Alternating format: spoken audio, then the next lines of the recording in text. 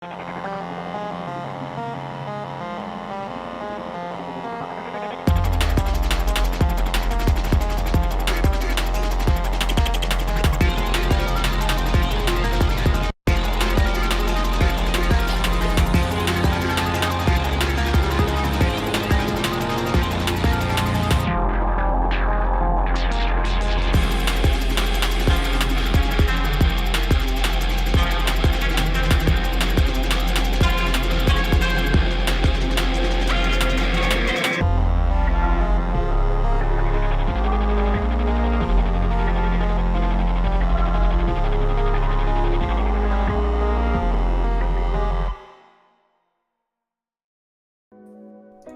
we go. Welcome everybody to a new episode of Towers and Gods. I'm gonna just turn down the music a little bit there.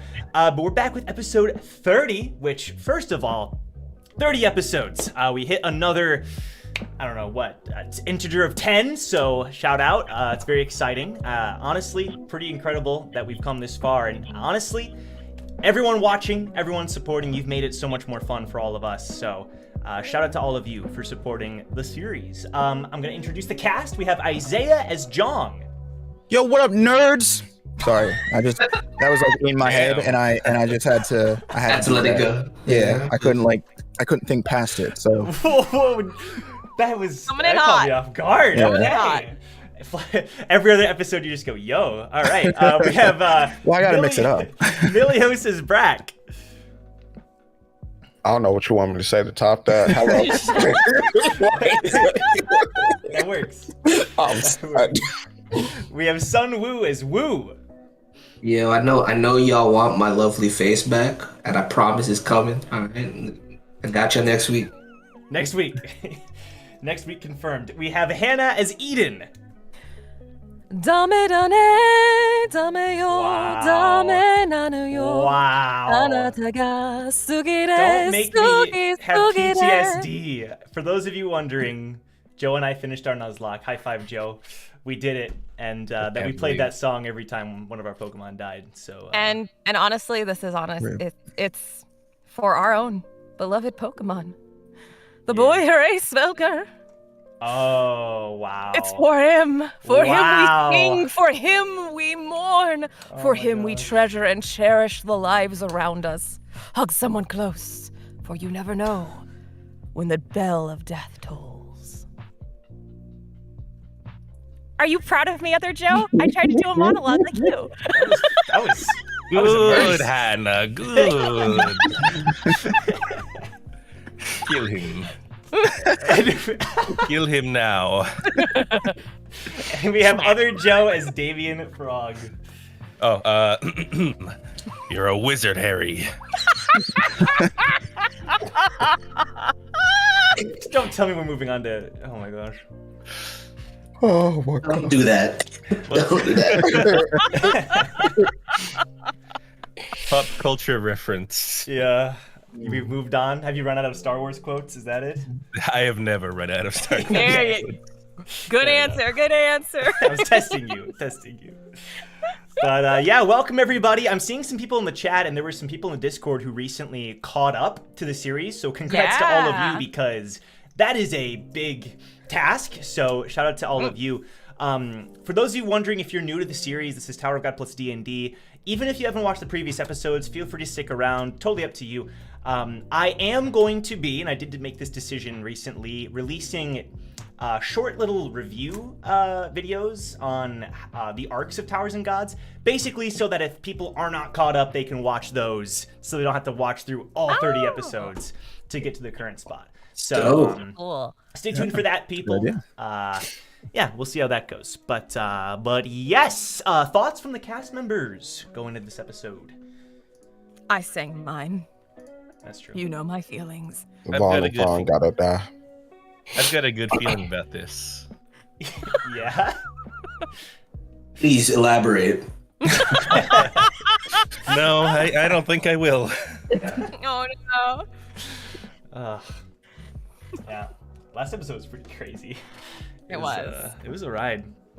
But, okay, well, honestly, I think with that we will begin this episode. So, All right. Go ahead and cut that. You are all still on the 21st floor. Damien currently with Vaan and Faan and Vaan and Faan on the mainland. And the rest of you, it is morning for all of you. You are waking up at your respective locations. Now, some of you are staying at the other hotel, right? The hotel, right? Wu, I believe. You said you were staying there. Brac, maybe. Could everyone kind of give me where they're staying? So, yeah, that was the plan. Basically, everybody's supposed to be able to stay there based on the deal I struck, right? So. Yes. Okay. So is everyone? Do we want to say everyone stayed there? Was that the plan for everyone? Yeah. Let's just say that I told everybody that wasn't there to come there. Perfect. Say we stayed there. Yeah. So at the hotel, perfect. So the 6 of you at the hotel. All right, hotels it's a gorgeous hotel. I mean, super tall ceilings. Each room is massive. We'll say that the rooms were pretty similar to the rooms at the Bedding Blessings, just like way nicer, way more luxurious. You have like food service. You can call upon maids to give you what you need. It's just top of the line, absolutely. And when you mentioned Thaddeo's name, they did have to make a call to confirm, but you did end up getting the rooms. They did let you know you can stay there for a month, but after that you will have to start paying. Oh, you hooked it up for a month? Sweet. Is that going to get revoked tomorrow? We'll see. He's like, you guys have the month. We're like, we'll only need a day. But yeah, so it is currently about 7:30 a.m. and the sun is rising, and you are all in the hotel. We'll start there. Perfect. Now, I do believe you all did have a meeting with Janice in the morning. Just want to remind little that's thing there. That's at 9 though, and Yes. I can't say I don't wake up at 7:30, bro. So you gotta cut to somebody else. Cool. We'll cut to Eden and Victor. Victor is zonked currently, as you are kind of noticing the sun rising more. And Eden is getting ready for the day, and she is quietly sneaking out. Quietly sneaking out. Interesting. All right. Jeong, how about you? Jeong is making his way over to Zans? I don't know how you say that. Zans, yes. Zans, yeah. Perfect. Okay. So you're all good to go. How about you, Brac? What's the time again? 7:30. 7:30 a.m. p.m. Yes. A.M. A.M. It's in the morning. Yep. Brac is knocked out. He ain't got to get up. He ain't getting up unless he got to right now. He out. You and I always do this on Towers of Gods for some reason, choking on my water. I don't know why. You and Wu were staying up late making that deal, so it makes sense. And the whole Reggie's thing. But okay, so Jeong, you're making your way to Zans, and Eden, where are you heading? I'm also headed to Zan's. Okay, perfect. So I'm gonna say the two of you end up bumping into each other like outside of the restaurant. All right. Jeong, why did you make me wake up so early? Why don't you come inside? There's something I want to talk to you about. Okay. And then Jeong makes his way inside. She follows. So this restaurant has been open since 7. There's barely anyone there. One guy, at one table, but other than that, it's empty. You're able to seat yourselves in this sort of mid-tier, it's much nicer than, well, none of you have been in the Lone Squid, but, it's well kept, like maybe 3 or 4 employees, but a fairly sizable restaurant. And you're able to find a table. The waiter is able to helps you with some water, and they ask you if you'd like anything for breakfast or any coffee. Any tea? Sure, we have tea. I'll take that. He looks to you, Jeong. I'm good with just the water. He nods and goes to take care of that.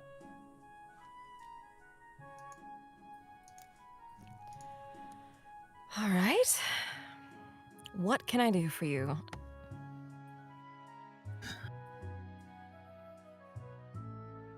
And you can tell that Jeong looks a little nervous about what it is he's trying to tell Eden. Like, it's not necessarily easy to talk about.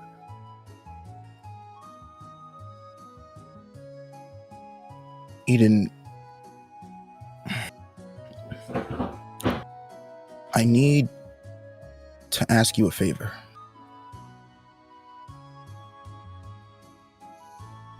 That was the worst time for the Discord bug to happen. Ooh. It had been a long time since that happened. Wow. Literally, I need to ask you a favor. Immediately cuts out. That was the craziest timing. Sorry about that, everybody. The Discord bug strikes again. All right, go ahead. That's where we ended. You know, we cut off after that. So, what kind of favor do you need? You normally don't operate like this. Is everything okay? Well, if I'm right, no, everything's not okay. All right. Well, tell me about it. Okay, well, you remember yesterday when we went to that weapon shop? Yeah, there was... What about it? I'm not 100% sure, but I think I know the people who own that place. What do you mean? You've never been to this floor, have you? No, but I've heard a lot about the people who own it. The shop, I mean. Okay. Are they good people or bad people?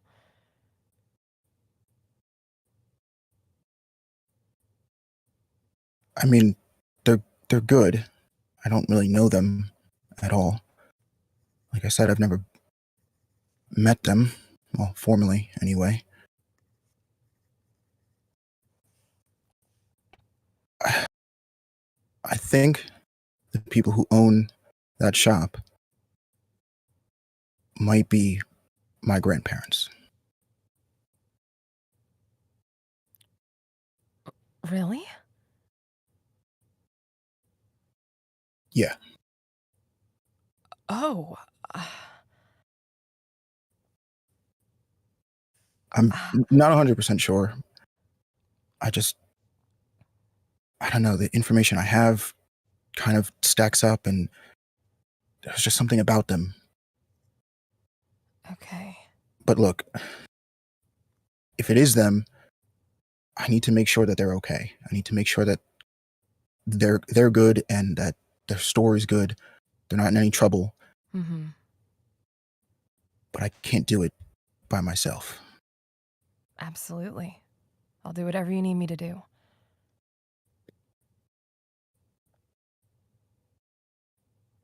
Really? Just like that? At this point, the waiter returns with your drinks. Here you go. Thank you. Did you want to get any food, Jeong? No, the food here is atrocious. I'm good. Tact, Jeong, tact. Oh, they're not listening to me. The waiters. We're good, thank you. Thanks. At that point, the waiter did walk away, so he didn't. Okay. Yeah. All right, so yeah, just like that. I trust you guys, and look, if reuniting family is something that I can assist in any way, I will happily do that. That's not exactly what's happening here. Oh. Look, like I said, if it is them, I need to make sure that they're okay and that they're doing fine. But this isn't a reunion. In fact, I don't even want them to know I exist. Why?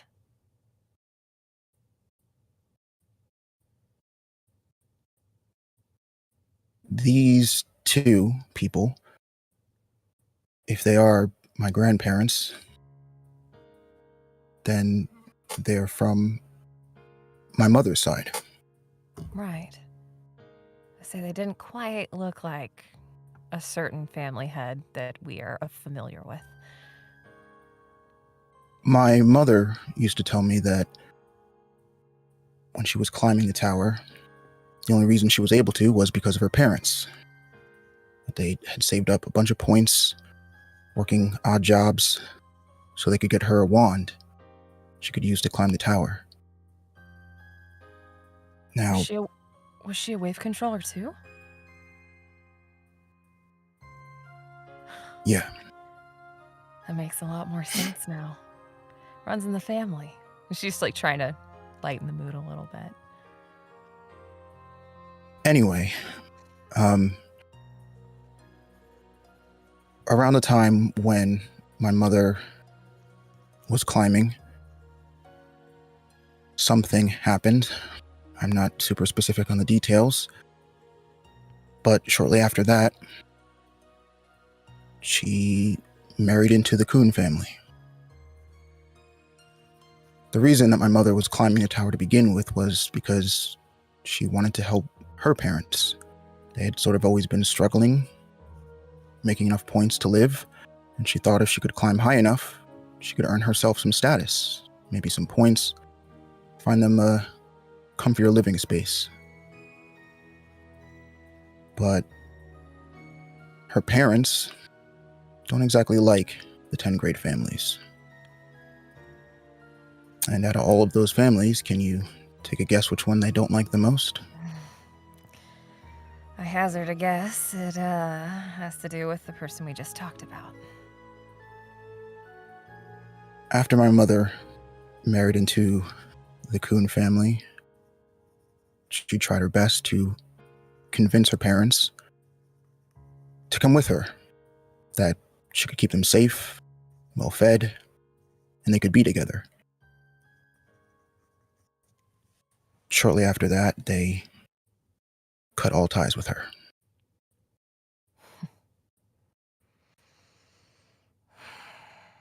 They hated the Kuhns for stealing their daughter, and they haven't spoken since.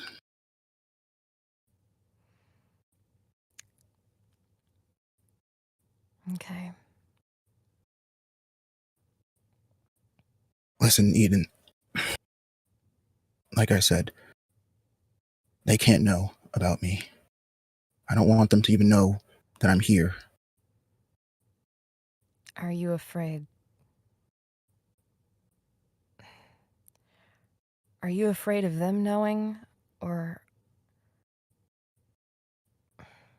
knowing that you are related? Or are you more afraid of them rejecting you if you did tell them?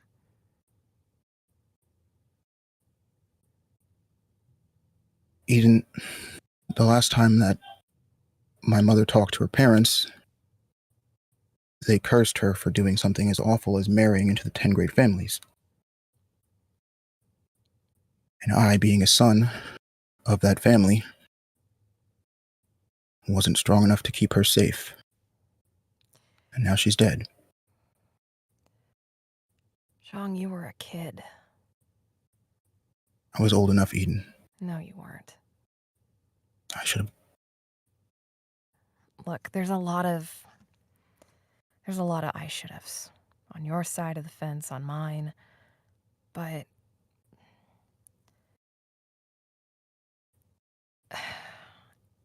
if they're the only remnants of a family that were the only ones that loved you,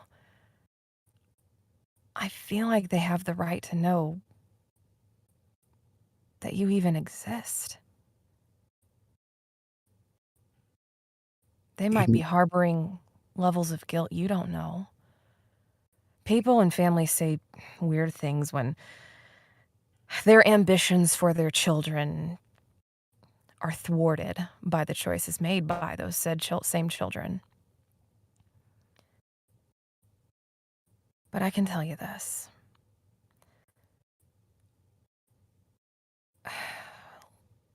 Love for children, it doesn't go away. It never leaves you, whether your child is gone or not. And if they are the last remnants of your mother's family, they have a right to know. And I'm not going to say anything else. I'm just going to let you think about it. But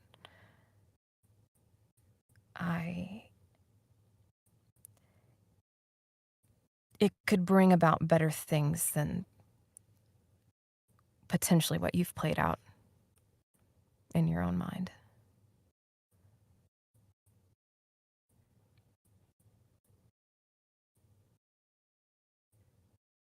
Eden,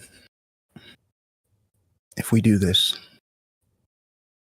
they can't know about me. That's my condition.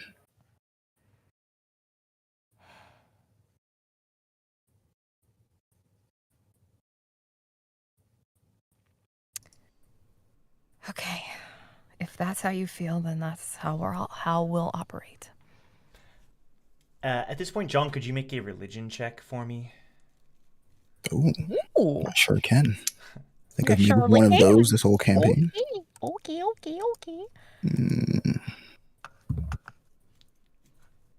Ooh. That's going to be a 23 on that religion check, my boy. All right. What religion am I seeing? Are you kidding me? What is going on, bro? Oh my gosh. Bro, this is not okay. He's opposed to religion, man. He don't like that. No, we draw the religion. Jeong went to Sunday school. Let's go. Yeah. So, Jeong, you're now a Christian. Just like that? Just like that. We're back. We're good. Once Eden describes this to you, these giving you the advice, as she's talking about it, you feel something within you that, not as if you're feeling it, but as if there is something deep inside you that is feeling a similar tang of sorrow. And you rolled really high, so you're able to really sense this feeling that there is a mother that you know very well who will never see her children again either.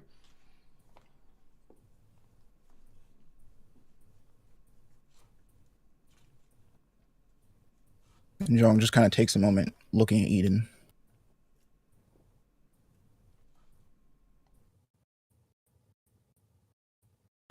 Okay, well, let's go. We don't want to waste too much time. All right. Lead the way. Okay. You end up leaving the building. Victor sends you a text, Eden, basically asking where you are. Just out to run errands and get some fresh air for the day. Be back soon. Okay, sure.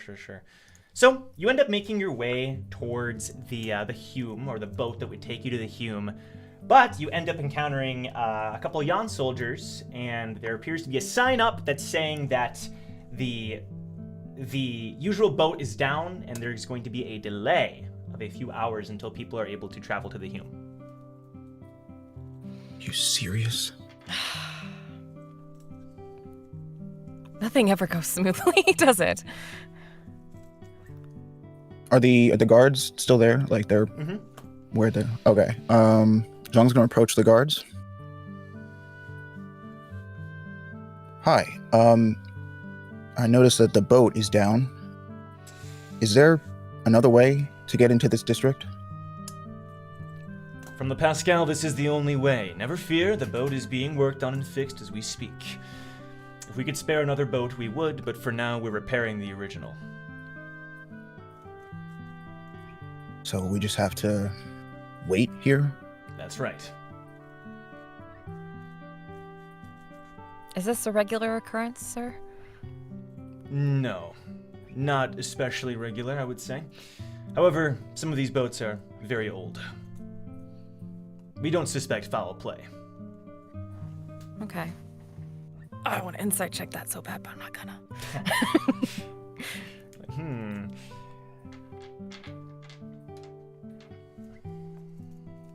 Well, okay, I guess we have to just sit here and wait. It's annoying. All right. Whatever you need. So, Jeong, go ahead. Jeong, as they're standing there, he kind of starts like looking at Eden, like he'll like look at her and glance at her for a few seconds and then look away. Is everything okay? Eden, you're a mother, right? I was. Yeah.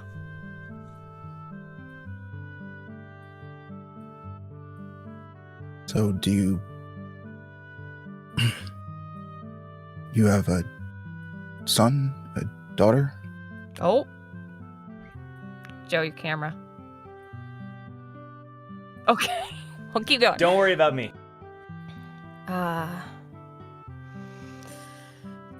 I had a daughter.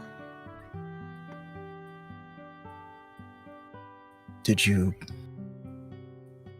I mean, the last time you saw her,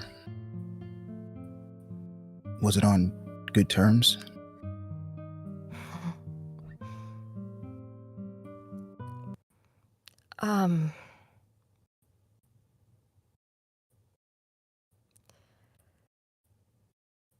It's a hard thing to answer, but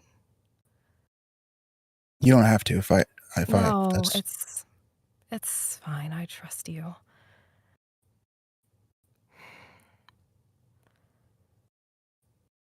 The last time I saw her alive was when she was taken from me. And the final time I saw her was when her body was brought back to me.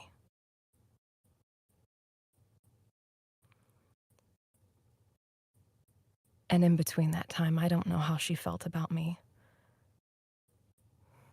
So... Oh. It's hard to say. It's hard to say.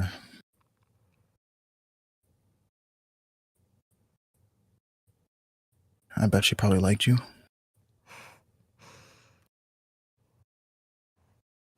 She did when she was with me, I think. I mean, as much as any kid likes their parents, but... Yeah, parents can be complicated. They sure can. But I tried to be the best mom I could to her.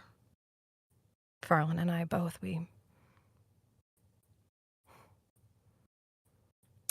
there was so much love in that house. All of three of us together, it was... Like a dream. Yeah. A dream that's long gone and shattered. Yeah. I know a little something about that. Yeah. I think we're more on the same page than both of us want care to admit, but I'm glad you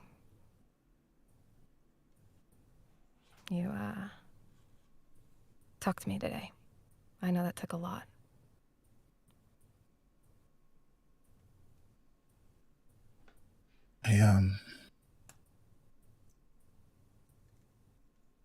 I think about her a lot. I do too. Every day, actually. Same. Eden, and you don't have to answer this if this is far too personal, but if you could have your daughter, if you could have her back, I mean, would you do anything for that?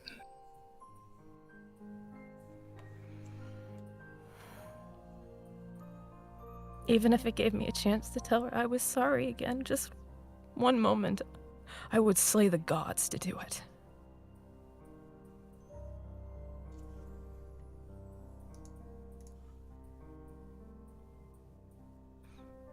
I just want to tell her I'm sorry.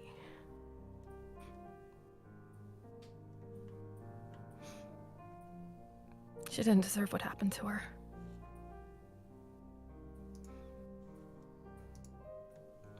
Neither did my mom. Yeah. I told myself that at first this mission was a way to get back at the people who hurt me. After I found out that they had killed my mom, I told myself, don't care if I have to turn into the devil himself. I will find the people that took my grandparents' daughter from them, who took my mother from me. I will kill them. Yeah. I totally understand.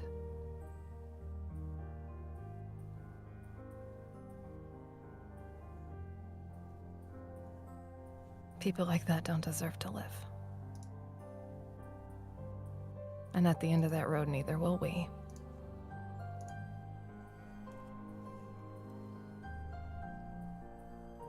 Yeah.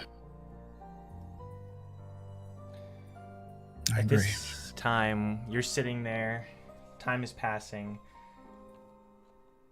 and then, Jeong, you feel a feeling. You don't have to roll for this. It's different from in the restaurant. You suddenly feel something on your shoulder, like a little creature. But when you turn, it isn't there. And then the wind kind of picks up a little bit for all of you. It's a little chilly in the morning time. But that feeling slowly fades away until it's gone forever.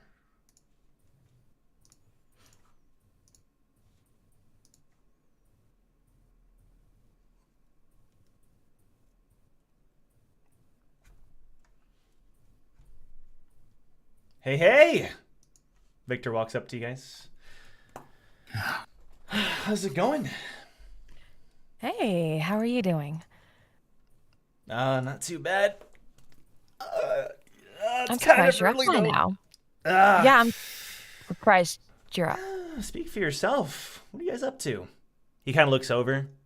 Waiting to get on the Hume? Or waiting to get to the Hume? Yep. No, what for? He sits down next to you. Just wanted to check it out some more. I asked for Eden's spear expertise, looking into some new weapons. Yep. Wait, he chuckles. You want spear training, Jeong? I didn't go that Your far. Hume blood I'm finally showing itself? Oh no. Hey, we can make a spear bear out of you yet. How about you and I train? Want to give it a shot? No offense to Eden, but Victor, I don't think that's a good idea considering recent events. I think I'm John fine and I with are cool Eden now. for now. Okay. We're cool though, right? Yeah, totally. Okay. Right as rain. Good. Well, I'll leave you to it then. I'm gonna go do some exploring. Catch you later. All right. Don't get into any trouble. What? I never get into trouble. What do you mean? And easy on the flirting. Unless it's... Yes, ma'am. There you go. Walks away. I know how you operate, sir. Oh, God, I thought you'd never leave. He was here for like, okay. Wow. And he says you guys are cool. Look, For like Eden, 60 seconds. Sorry. that's sort of my other condition about this trip. Don't tell Victor any of this. I gathered as much. The less that my grandparents know about me or any coons, the better. Understandable. I say when we were in the shop last night, he gave Victor a close examination and thought something was off with that, but their deep-seated mistrust with that family. That, makes a little more sense now. Well, I wouldn't necessarily call it mistrust. Hume family hasn't done a whole lot to earn anyone's trust. That's fair. I'm going to say time is passing. Sorry, do you want to say something? No, you're good. You're continuing the conversation, and time is passing to the point where it's about 8:30, 8:35. And at this point, Leaf is waking you up, Wu. Wu, it's time to get up! What do you mean it's time to get up? Who told you that there was a time to get up? Aren't we meeting with Janice? Oh, that's right! What time is it? What time is it? It's 8:30. I'm up. Oh. I just don't want to be late. I think you kind of look bad. What does that mean, Leaf? We've been through this. I always look good. That's not what I... And then she knocks on your door. Or actually, Brac and Wu, you're staying in the same room, right? No. No, I'm staying with. Well, we moved to the odd That's house, right. We'll say it was the same. Yeah. So that's what Brac and Damien. So she's knocking on your door, Brac. Brac, you up? Go away. I don't want any. Brac! She's just knocking even more. Brac, we have a meeting that we have to go to. Brac walks towards the door, opens it up like, what do you want?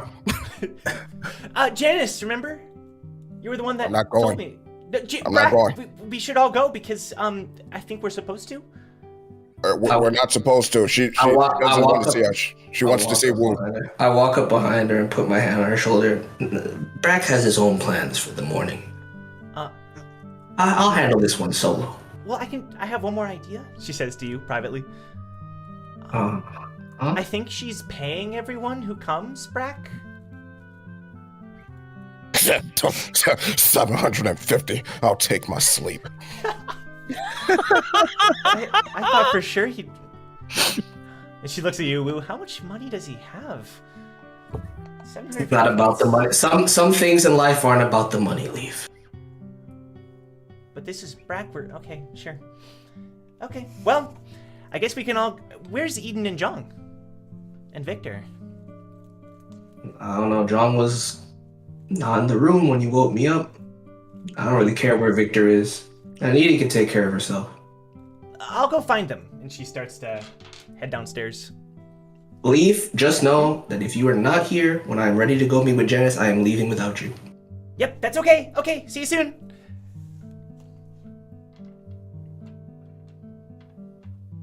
At this point, Jeong and Eden, Leaf exits the building and sees you. Hey, guys, we have a meeting, remember? What?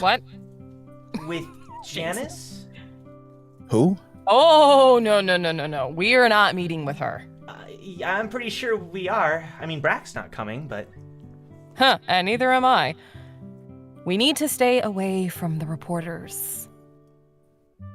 Yeah, that sounds like something you and or Wu can handle on your own. We're not doing this as a team? Okay. Leaf, I have something important I have to take care of, and I need Eden's help. Okay, sorry. That's fine. She looks a little, dejected. Hey, me and Leaf. Wu. It's nothing against you. We I know. have something else to do, and reporters make, I think, both of us kind of antsy. We don't want Yeah. targets, remember? I talk about that all the time. It's Janice, though. I don't care. Well, you don't mind if me and Wu do it, right?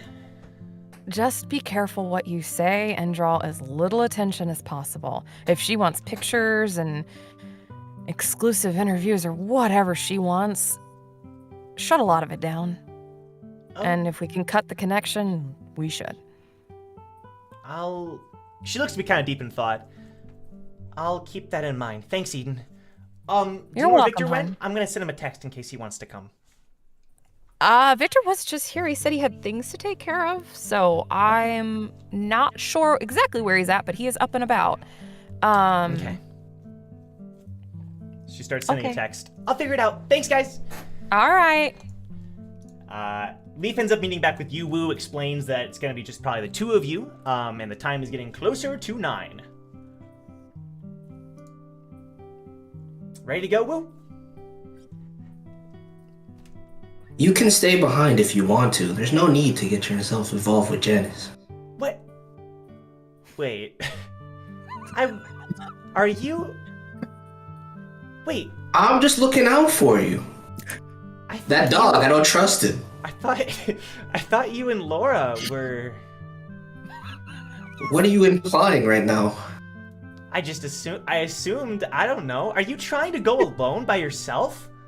No, of course not. Let's go. You know what? Let's go. Yesterday. Why are you bringing Laura up? Laura, yes, we all love Laura. Laura's great. I would never disrespect her like that. Oh. Well, I'm coming. I want to see what Janice is all about, and I want to see what her questions are. All right, let's go. Just don't say too much to her, and I'll buy you the book I promised after we're done. Yes. Okay, thanks. Before I leave, I bang on Brac's door again. Brac. Is she gone?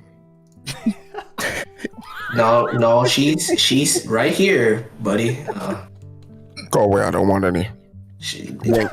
We don't have anything for you, so it's okay. You can go back to sleep. Just remember, we gotta dig up dirt on Thaddeus today, alright? I'm gonna need you to get on that.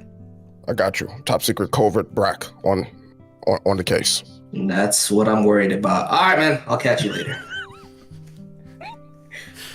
Okay, so at this point, the two of you end up heading toward the restaurant, and right as it's 9 a.m., you enter, and you look around and you don't find Janice. At least at 9. What restaurant is it? Zan's. Oh, we're at Zan's. Well, she's paying, right? I'm hungry. It's breakfast. I'm eating. I would assume. Should we just pick a table? Yeah, wherever you want. Okay, how about that one over there? She picks the corner. Sounds good. You make your way over, the waiter gives you some drinks, and then you start hearing a dog barking a couple minutes later, and then Janice zips inside and sits down within like 2 seconds. Oh, sorry, I'm late. I just finished up a quick job. But thank you. And she looks around. Where is everyone? What do you mean, everyone? Well, I was hoping to interview the entire team if it was possible, but... I was told by Brac that you wanted to talk to the champion. Hey, that's me! The champion! Janice, baby! What's going on? Good to see you too, Wu, and the dog is barking at you. Shh, calm down. It's okay. It's okay. We talked about this. Okay.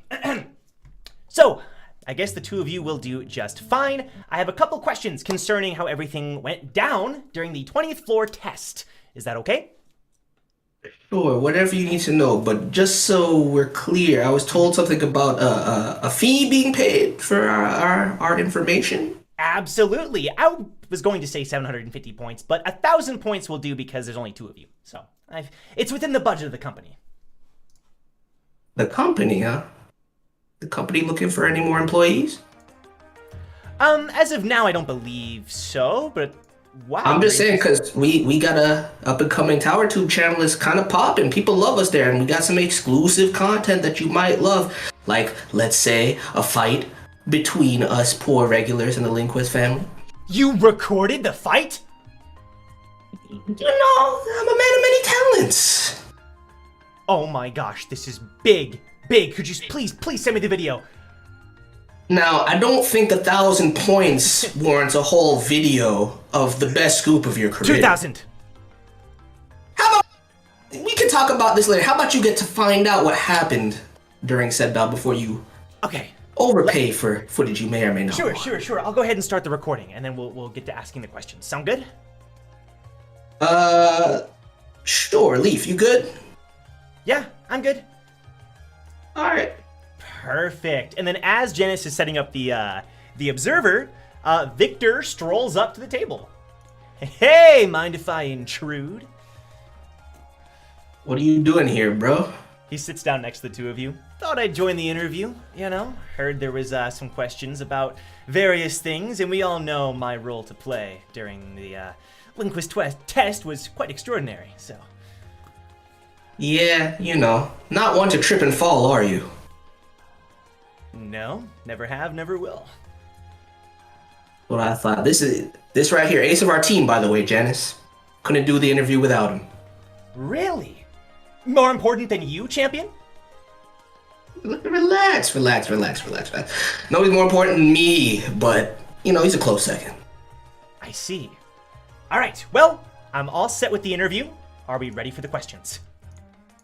Sure. So, fire away. 3, 2, 1. We are here at the 21st floor interviewing the team that managed to defeat the linguist test, the only team in the history of the tower to defeat the test. I have before me 3 members of that team. Please feel free to introduce yourselves. Well, they call me Keseki Wu, aka the champion of the 20th floor. That's all I got. My name is Speak for yourself. Namu Leaf. Namu Leaf. Kun Victor. And he winks at the screen. Excellent. Well, it's a pleasure having you here. I have a few questions prepared, but feel free to answer as you will. My first question is pretty simple. Not only did you defeat the test and vanquish the linguist family, you also, rumor has it, killed the matriarch of the family. Who committed the murder?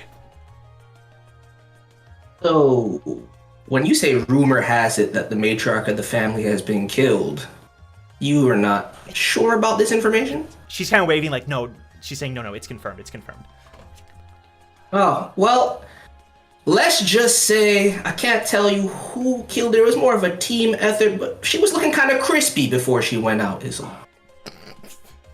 Crispy? Could you elaborate? You know when you put the toast in the toaster for too long and it comes out and it's kind of steaming and black and charred and burnt, like kind of like that. I see. And then Victor kind of goes, yeah, it was pretty sweet. And he kind of nudges Leaf. And he whispers, because of the honey, you know. It's like the whole thing was kind of... right, moving on to the next question. All right, my next question is also pretty simple. And she pulls up her pocket. And on the pocket, you see a picture of a certain individual. I'll pull up the individual on screen here.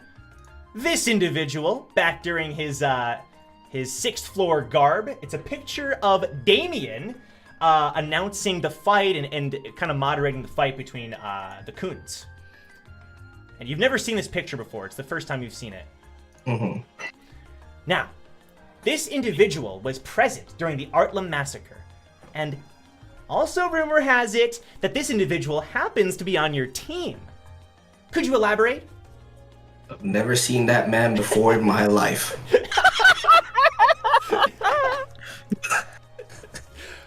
Really? You've never seen this person before? Can't say that I have. Nope. Leaf, Victor, you know this dude? I mean, I did interact with the person because, of course, I fought in the match, which is common knowledge, by the way. But I've already spoken to you about that. He kind of nods to Janice or to other interviewers. No, don't know who this is. And Leaf is just shaking your head. I believe, you know, when I was collecting my bets back in Artlam, somebody said his name was Eric or something along those lines. I don't know. That's all I got for. She just kind of pauses for a while, staring at you all. Right. Next question. Who would you say is the strongest member of your team? Victor, why don't you just go and plug yourself? Look, I know what's coming. I'm not someone who likes to always talk about my strength, but I am from one of the 10 great families, if you didn't know. And although we do have another member of the 10 families here as well, I think it's pretty obvious that the strongest member of the team is Kun Jeong.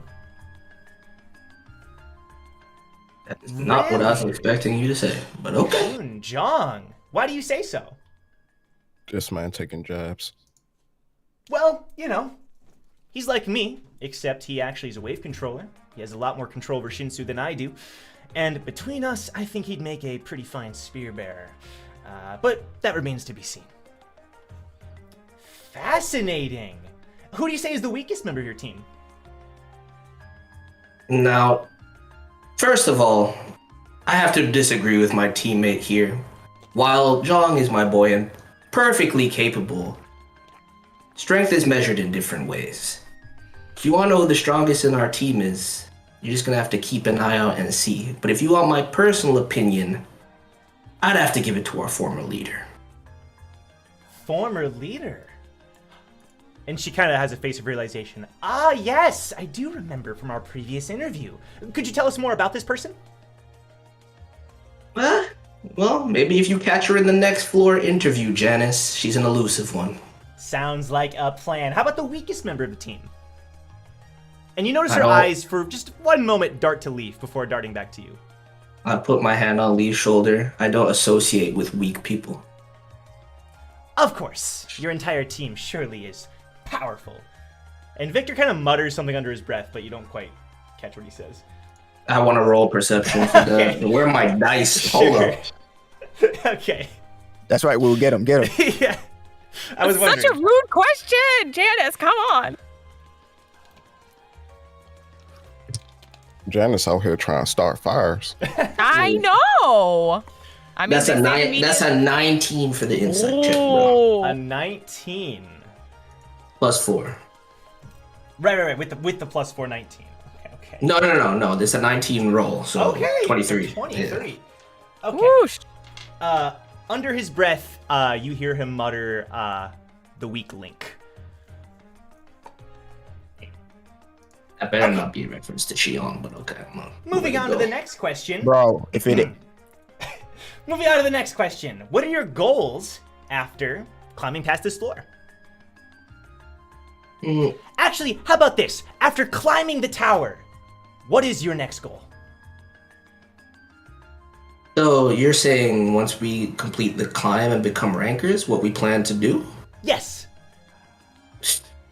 Same thing I do every day, Janice. Can't speak for my teammates, but once I get to that point, I'm gonna do exactly what I'm doing right now. Would say there's a couple of things I have to do, but play those closer to the chest for now. Absolutely. And then Leaf says, I have an answer. And you see her hands kind of shaking, Wu, but she takes a deep breath. I want to travel the tower and help the ecosystem on the various floors of the tower and help plant new kinds of trees and life and rekindle nature throughout the tower. There's many flowers and many various trees that are endangered, and I would like to protect them. That is a very interesting goal. Thank you. And how about you, sir? You know, my life is like the wind. We'll see where it takes me. Oh my. Did you practice that, Victor? Why would I practice that? It just flows from the dome, you know? Right. Leaf. Great answer. I plan to be with her every step of the way, helping with her goal because I believe in her. Thanks. How sweet. Well, everyone, that is all for the answers and the questions. Thank you all so much for watching. Back to you. 3, 2, 1. And that's a wrap. Thank you guys so much. That was a fantastic interview. Of course. Now, Janice, how much are you willing to pay for exclusive footage of the fight with the head of the Linquist family? Well, I have to have a conversation with the company first, of course. Well, you have my number. Give me your highest bid from your superiors and let me know. Get back to me. I have your number, correct? She pulls up her pocket. You do. We haven't uploaded the video yet, but we plan to this week, so the sooner you contact me, the better. Absolutely. I'm sure we'll be able to come to some kind of agreement. But thank you all so much. I hope we can meet further on up the tower. Yeah, you might want to look into getting your dog checked out. The dog is just, he's been eyeing you this entire interview and just snarling. He doesn't, he's a good boy. He's a really good boy, aren't you, buddy? And she's petting him and he's Janice, staring. All animals like me, and he doesn't seem to like me. So there's clearly a problem. When you say the word animal, he barks at you. Don't call, We'll see you soon. Take care, everybody. Goodbye. Zoop! And she zips out of the restaurant with the dog on her heels. You know, she is much odder than I remember her being. I remember her being pretty similar. Whatever, I'm looking through Laura tinted glasses now. And Victor goes, how'd that go, by the way, man? Gentleman never kisses and tells. Fair enough, fair enough. I'm sure we'll, spill your secrets in time. Why is it always our secrets, Victor? What about your secrets, Victor? I told you countless times I don't have secrets. I'm an open book.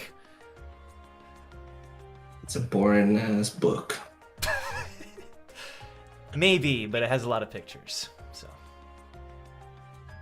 Alright, well, I don't know what you're up to, but Leaf and I have to head to the library if you want to come. Sure, might as well. Honestly, this place is huge, and I don't want to get lost, you know? And you end up heading towards the library. Own Victor getting lost? Dude, that's crazy. You end up heading towards the library. Now, we're going to cut back to you, Damien.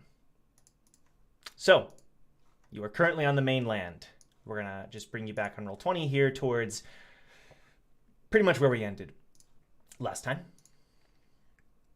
Behind you are the bodies of the wolf-like creatures and the massive frog just completely incinerated to a corpse, just a smoldering corpse. And behind you see the smoke kind of rising, and the three of you are walking up the mountainside. And as you're walking, you notice that the trail, the higher you go, the more dangerous it's getting. There's like trees that have like fallen into the trail. Some of them look ready to like roll down, but they're like being held in place by various rocks and boulders. And there's even a couple times when like rocks kind of cascade down the mountainside towards you, like little pebbles and the like. The area looks to be heavily damaged.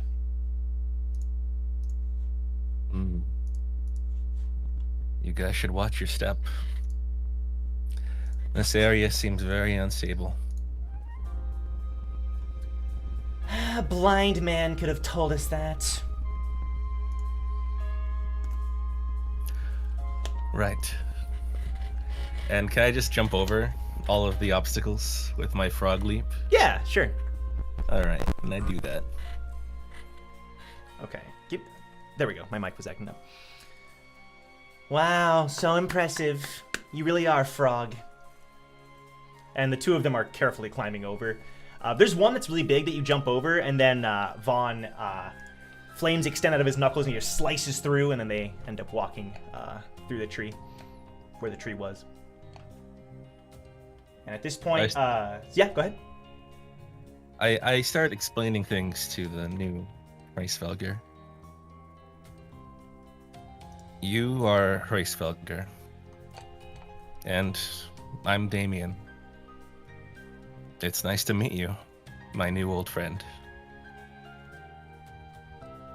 Hresvelgr is kind of looking up at you from your shoulder and kind of just staring at you.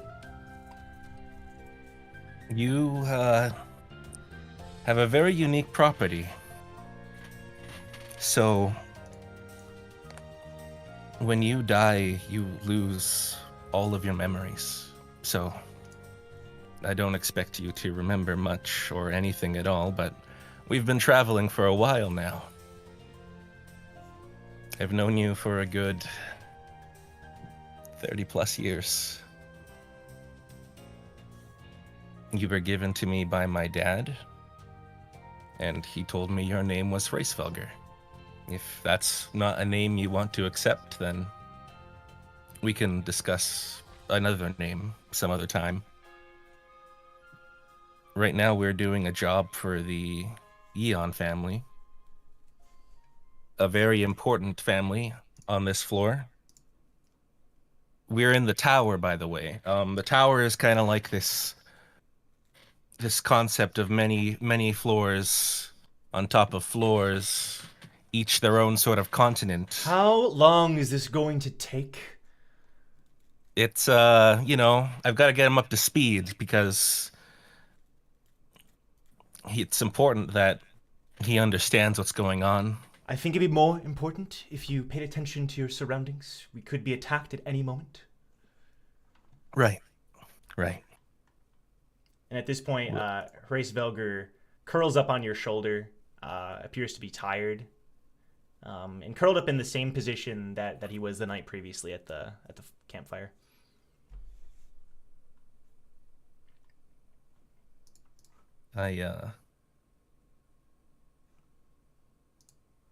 Oh gosh. Yeah. Let's keep moving.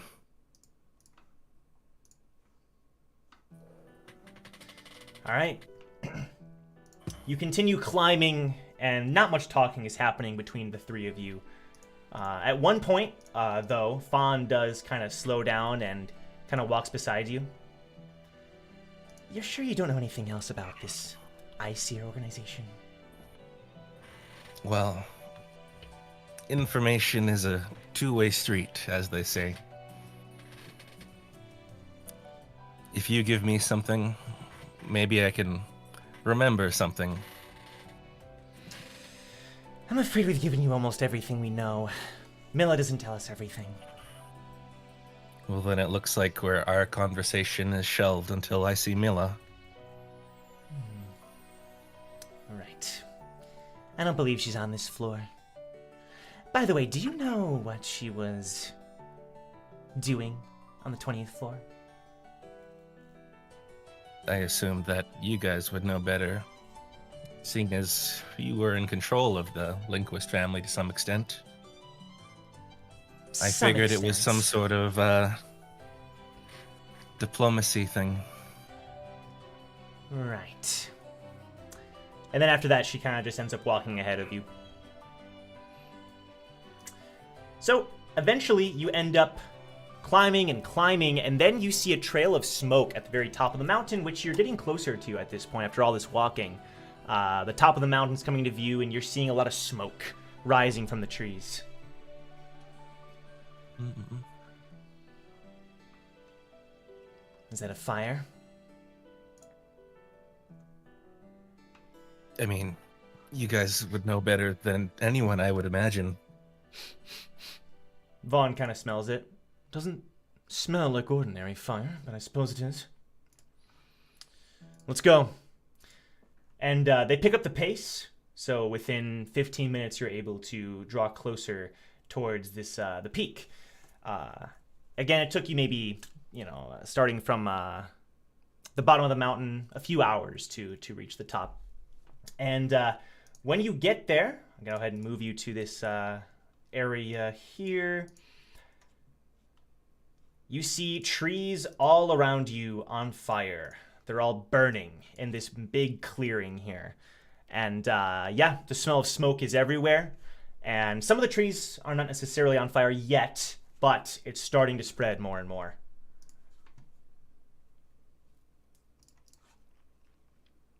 Well, what do you make of this? I don't understand what caused these fires. Well, is this mountain some sort of active volcano, maybe? No. Do Go the ahead, temperatures do your get little very- froggy. What? Do the temperatures here get really high? Not especially, no. Can you go ahead and do your little froggy investigation, please? We'll try to control the flames. And they walk up to the fires, and they're kind of reaching out their hands, trying to contain it. Okay. Will do. So I investigate the surrounding area. Okay, roll investigation for me. I should have said I perceive the surroundings. You're good. That is a 6. A 6 total? Yes. Wait, you don't get any bonuses from investigation?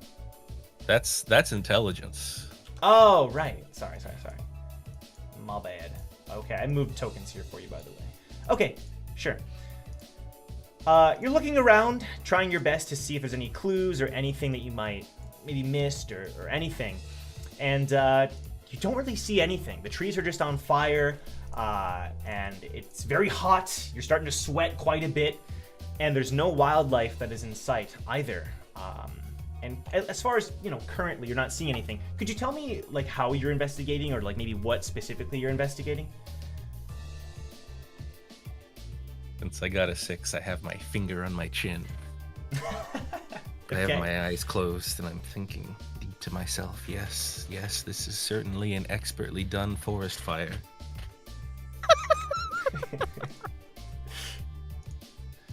Although I am merely a connoisseur of the field, I am not an expert. No, you're an expert. No. I merely enjoy them. I wouldn't say I'm a professional.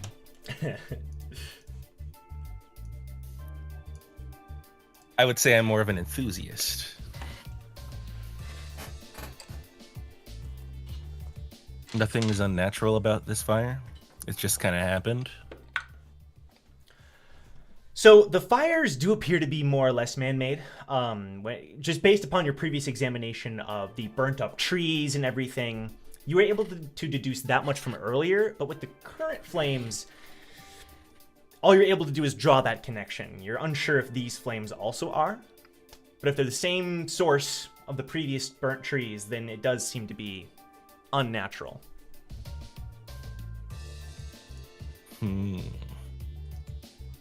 I noticed something. Oh, yeah? Look. And he points to one of the trees. And he just recently finished, exterminated the fire on that tree. And carved into the tree, you see the symbol of the Yan family.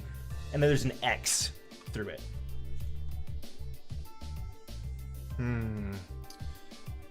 What do you perceive of this, Frog? Someone doesn't like the Yan family very much.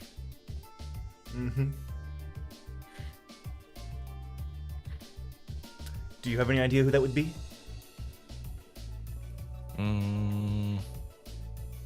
I mean, I could narrow down the suspect list, I'm sure.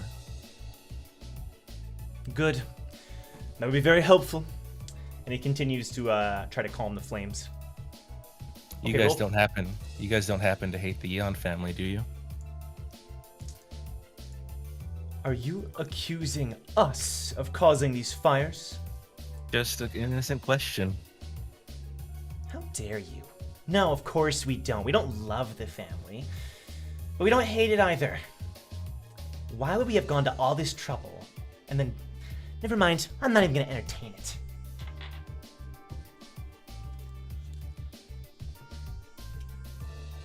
Okay, now go ahead and roll first. You see, my new old friend, they're not very nice to me. Yeah, at this point, Hresvelgr's woken up and appears to have kind of a sad expression, looking at all the fire and everything. Oh, what does this make you sad? This made the old you really happy, actually. Well, it's kind of hiding behind your neck, fair. To be fair, that was the old you. At this point, roll perception for me.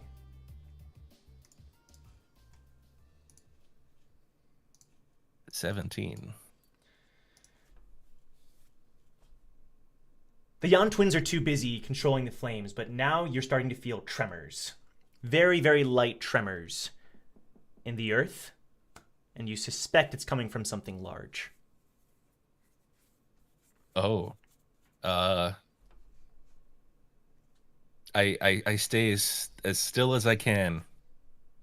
I figure this is a tremor situation where there's like ground worms that can feel the vibrations on the ground.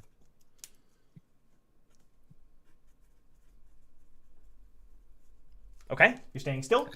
Yeah, I'm staying real still. Sure. Well, the trembling is getting more, it's happening more and more. And you're feeling something coming closer. Like from underground, or? Does not appear to be from underground, actually. As this thing is getting closer, you're starting to feel as if it's coming from down the mountain. Coming from down the mountain? Like so it's up climbing? towards you, yeah. Oh. Is it, do I think it's flying? Or... No, not flying. Okay, We should probably group up. Finally done with these stupid flames. What was that, Frog? Group up into formation. Why? Something's coming. They look at each other and kind of prepare this battle stance. And then suddenly, from up the mountain, you're easily able to determine 2 Geguli are coming towards you. And they're almost there. Oh. What am I gonna do? What is it, Frog? Frog?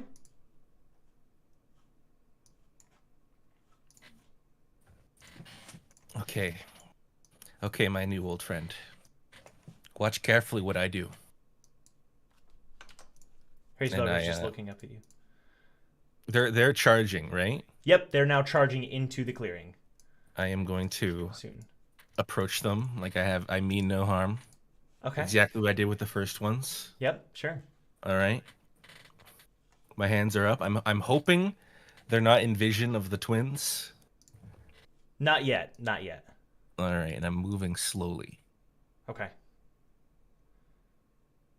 Roll animal handling. What? Oh boy. Oh, that's a 12. The frogs are charging up into the clearing, and what are you trying to do? Like, kind of the same thing, like the... Yeah, I'm trying to calm them down. Calm them down. One of them kind of hesitates, but the other one just charges at you, and doesn't seem to be slowing down at all.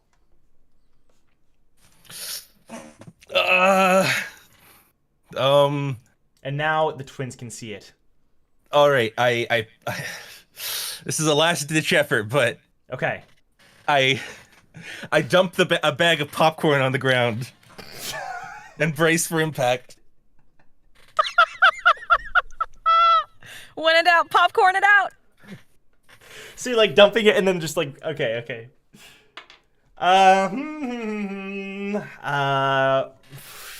You know? Okay. Shoot. I lost my dice. There it is.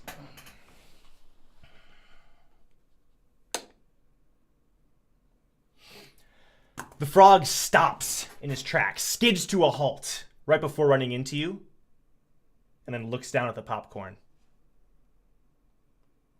That's good. I pick up a piece off the ground and I eat it. And I pick up another piece off the ground and I give it to Hresvelgr. And then I have him try it.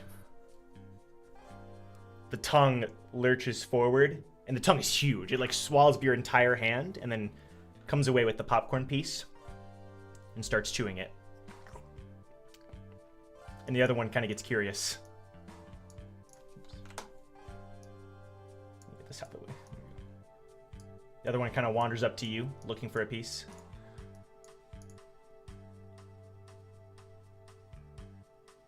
It's staring straight at you. I attempt to pet the frog. Okay, roll animal handling again. Come on, big money. 19. You start petting the frog, and it's just standing there, like looking at you, and its tongue is slurping around its mouth. Yeah, easy, boy. It's okay. We don't need... We've had enough suffering today. There. Are we gonna kill it or no? No, of course not.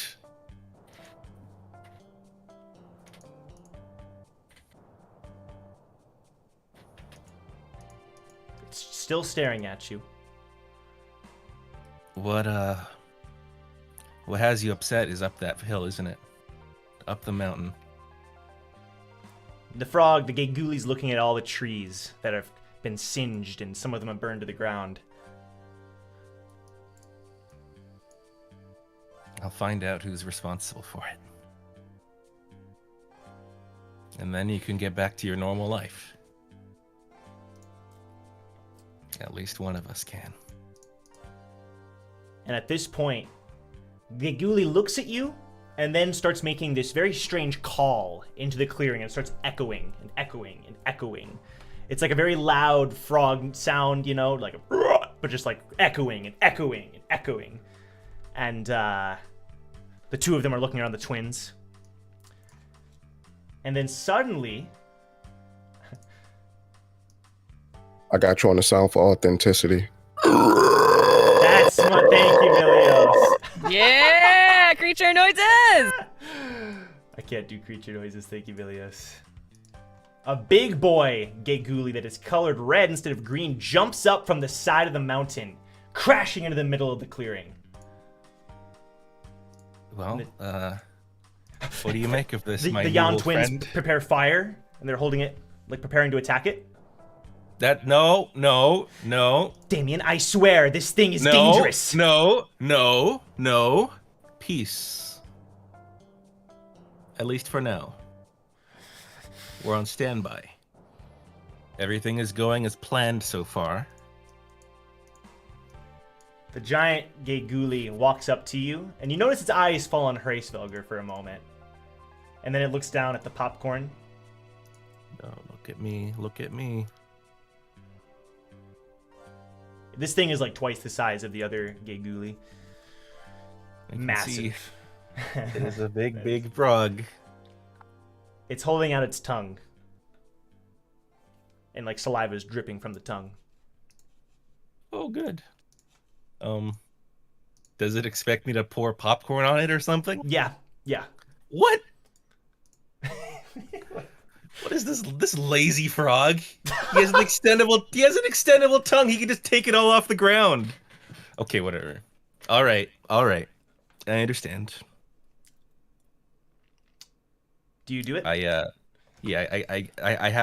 get out my my frog patented like Yeah. bar shaker. You know at a bar they have those shakers for a glass.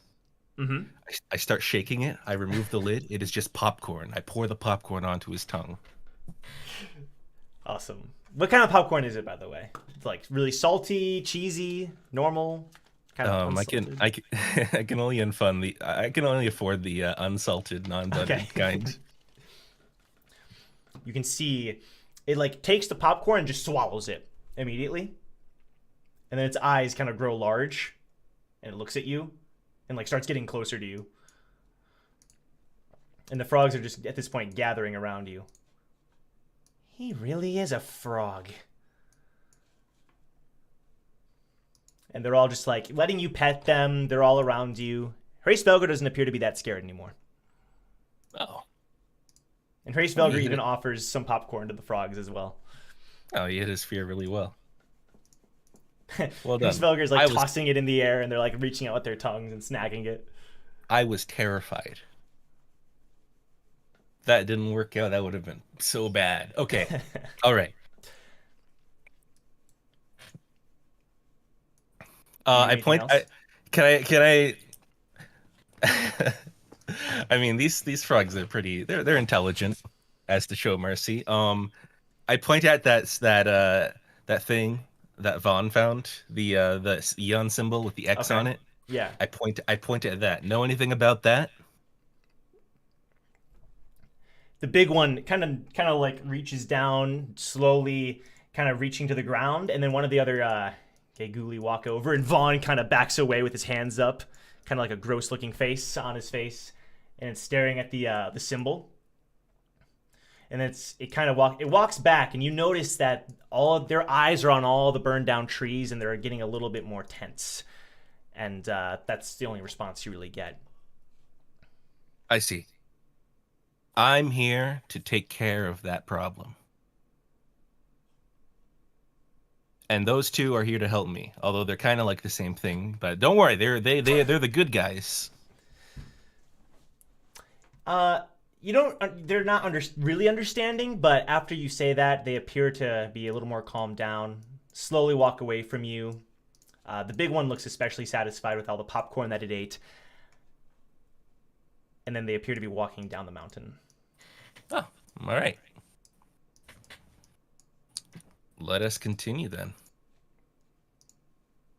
This is the top of the mountain. Well, clearly what's upsetting them is back down there, I guess. Not bad, Frog. You handled that very well. Oh, well, you know. I got hired to do a job. And Faan Perhaps kind you of... Go ahead. Perhaps you should place your more trust in me. He doesn't respond to that, but Faan kind of has her eyebrows narrowed and is looking at you. Okay. At this point, make a religion check for me. Religion check. We're getting a whole lot of those this session. Join us, 19. Damien. 19. You start to feel a migraine coming on. However, you are able to sort of fend it off more or less. It's coming on quite strong, but with your previous experience with these sort of things happening to you, you're able to more or less control yourself. Are they experiencing a similar thing? What's going on? No, they're not. Just a slight headache. You get the impression that someone from ICER is nearby. Just a headache, but we're not alone. Faan starts walking up to you. At this point, she's just a few feet away from you. You feeling okay? Oh, yeah, but we're not alone here. Where do you think that was coming from? All of this. Well, I think we'll know in a moment.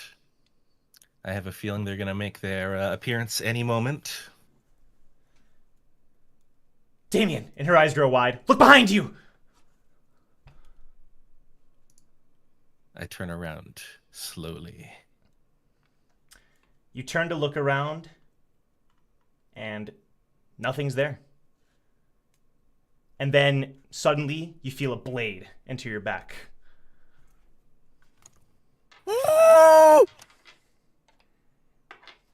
And you hear Faan whisper, Milla sends her regards. And she's digging it deeper into your back. We killing them. We killing hot table. We killing them. We absolutely will burn it to the ground. They won't know what type of fire hit them. Sorry. But then, suddenly, an explosion happens. Can you make a con save for me, Damien? A con save?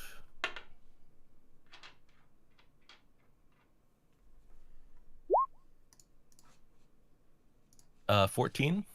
14. The explosion, it happens right near where you are. And Faan isn't blown back either, but she jumps away from you. And she turns over and you see Vaan with fire in his hands. What are you doing, Vaan? This wasn't part of the plan. And you notice that the explosion came from him. What do you mean? This was always part of the plan, Vaan. And she looks over back at you, Damien. The blade is still on your back, but it didn't go as deep as it could have. Oh, man. Oh, I'm so conflicted. Vaan. I've been both betrayed and saved. Back off. Oh. What? You care about him now? Is that it? And her hair starts to flare up at you, but then he steps in front of you. No, I don't care about him, but there's no reason to kill him. And they're kind of standing off in front of you. I'm gonna reinforce myself with my lighthouse. Go for it. And it's time to do battle. The blade, I'm gonna say, did 6 damage to you as it pierced into your Oh, back. ow. Oh, that hurt. Oh,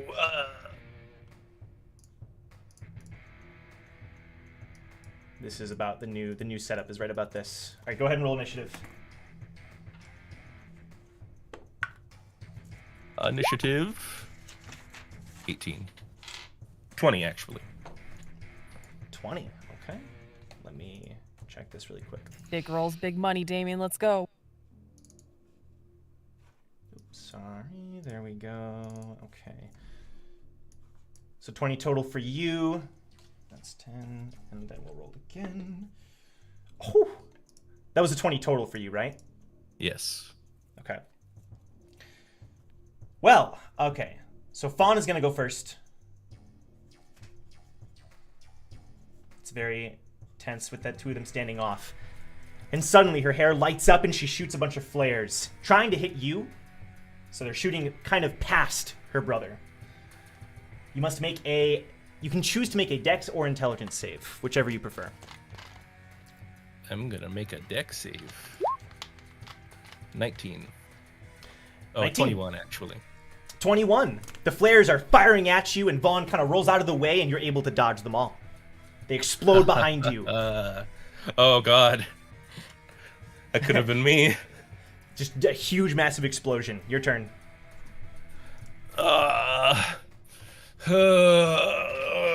Knife in the back. I should have seen it coming.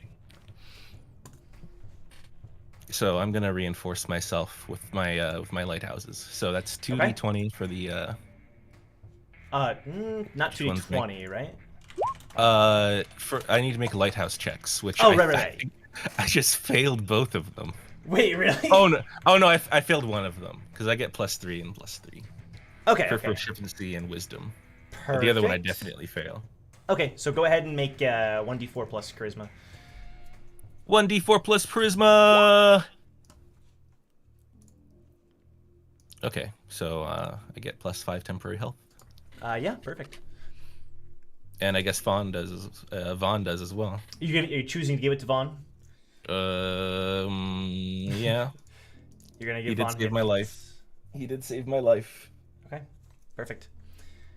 At this point, it's Vaughn's turn, and he doesn't attack his sister. He just walks up. Vaughn, listen to me. Milla wouldn't want this. Oh, you pretend like you know what Milla wants?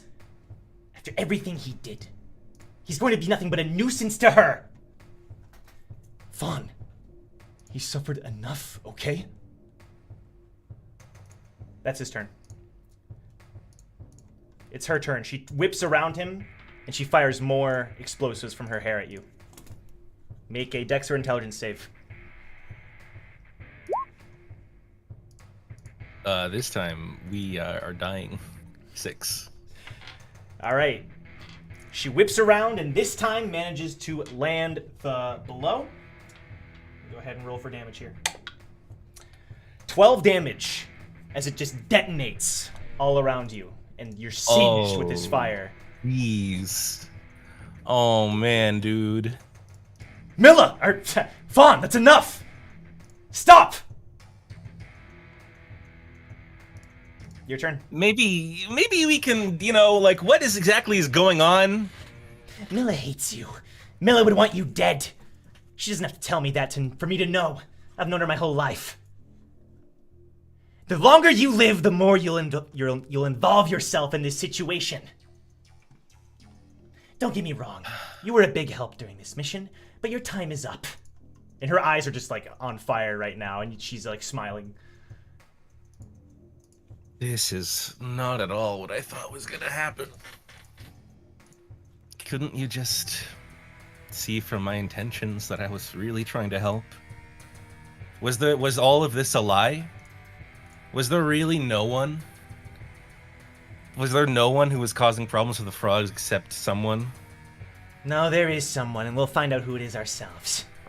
At this point, Vaughn, he has, the fire extending from his knuckles, but he is, for now, letting her speak and do her thing. He appears to be conflicted. I will let you live on one condition. You become my frog. I'm sorry? You can sit in my office, play in the mud, whatever you want, but you become my servant. I'll let you live then. Give me one moment. If you don't just kill her. No, you don't need a moment. It's no. The answer's no. Okay. Kill. Just kill her. It's fine. Cool. At this point, they're whispering, angrily with each other. My new old friend. I'm sitting at not to metagame here a bit, but I'm sitting at a single point of HP, and we've got to do something about. Maybe I'll be treated really good as a pet.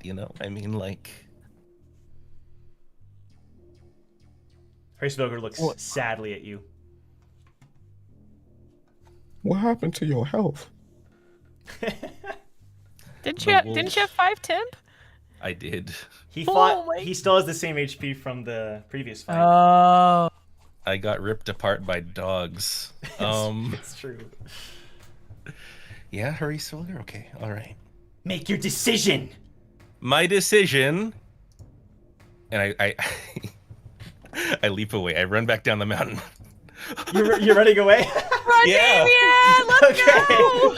Let's go. Fire. Get the hell out of Dodge, bro. Okay. Do you want to use your leap and everything?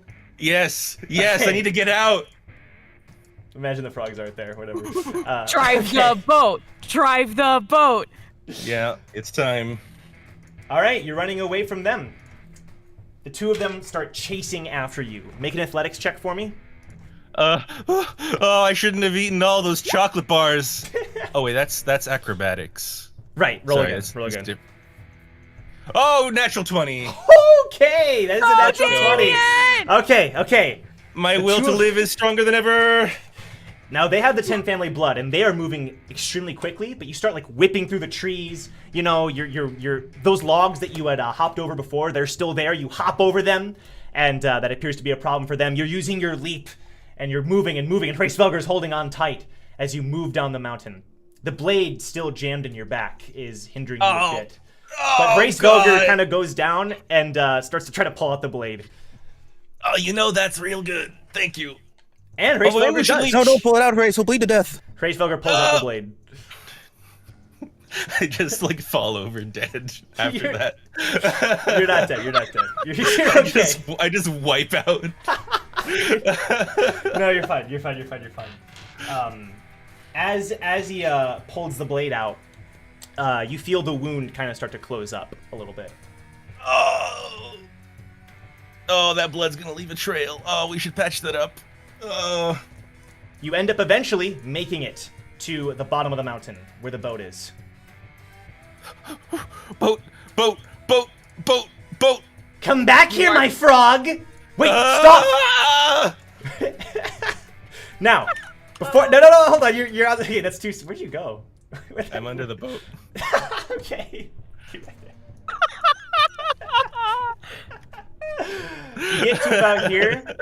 You get to about here.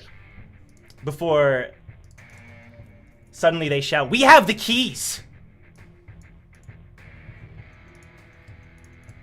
You have nowhere to run.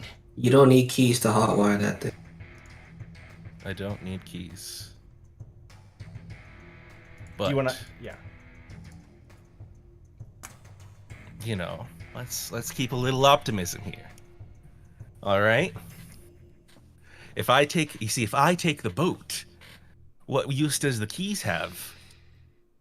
And then I get my scissors and I start paddling. I start paddling with my scissors. So hold on. So okay, you almost make it to the boat then. And then as they're chasing you towards the boat, suddenly there's a huge, massive explosion where they are. Oh. It just detonates. And the trees just start spreading and wildfire is created. Oh man. Oh, I missed it, dude. Oh, jeez. So that's right before you get to the boat. Well, that sure does suck. I did my best. And Looks like some twins are gonna perish in a wildfire while I make off with a sweet boat. so as you get into the boat, roll perception.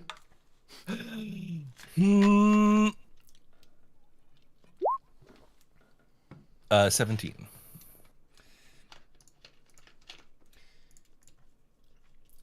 Okay. Near where you are, you didn't sense this person, but you hear a really deep voice.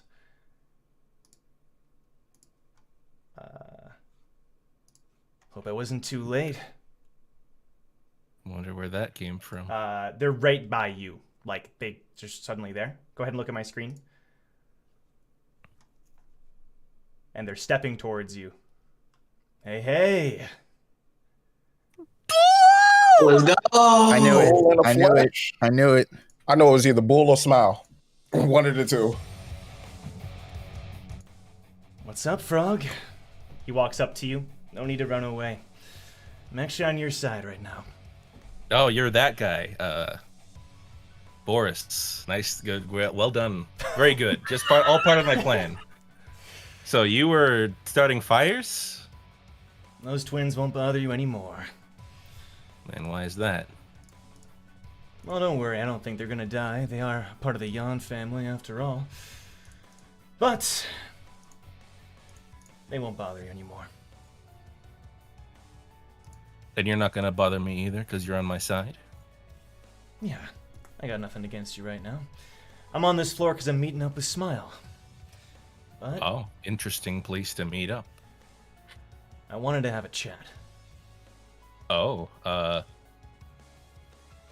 do we have time to have this chat? The fire's just like raging behind the both of you. And eventually you see both of the twins kind of crawling out of the flames. And they're just like covered in fire. They're kind of trying to control it. And they manage to escape the flames, and they both look passed out outside of the wildfire in the forest. They just kind of collapse onto the ground, the flames sizzling. Wow. Maybe they are dead. Well, Guess I've gotten stronger. And he snaps, and all the flames that were on the tree suddenly turn purple in an instant. like how would you describe the purple? Like, is it like a smoke, or is it like a... The purple, like the flames are just suddenly purple. Oh, Reminiscent of when you, that's flames right. that divided When the we ring do- on the 6th floor. Well, I owe you one, Bool. You're not gonna run away now, are you? Not when we finally reunited. Well, I didn't really have a good first impression of you. At He the starts beginning. climbing into the boat with you. Well, yeah. You know, always let's keep a little optimism here, I guess. He's just like looking at you. Oh, I get to drive the boat, though. He kind of just smiles, and he reaches forward, and he starts fiddling with the machinery. And before long, it turns on, the engine. All yours. Oh gosh. But before we get back to the Pascal, mind if we go somewhere private? Sure. Where to? There's a cove on the other side of this, just down there. It points to the east. Go around there for about 10 minutes, we'll find a spot. That's where I've been camping out. Starting my fires and all that. Sounds good. I take Hresvelgr off of my shoulder. I put him down next to the co-pilot seat. Sure. And you start driving. All right. Roll. Just make an intelligence roll for me. Intelligence check.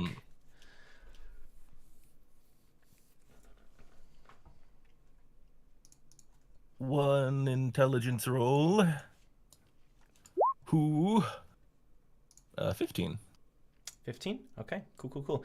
It's a little finicky at first, kind of like, you're kind of increasing the speed and it kind of jerking around, but you're able to get a good sense of the boat before long, and you're able to start driving it. I mean, are you driving it recklessly or calmly? How are you driving this thing? I'm driving this thing as cool as possible. Cool. All right, perfect. Before long, you end up making it to the cove. It's just like this little area off by itself, hidden by the trees. And he kind of just motions towards that area.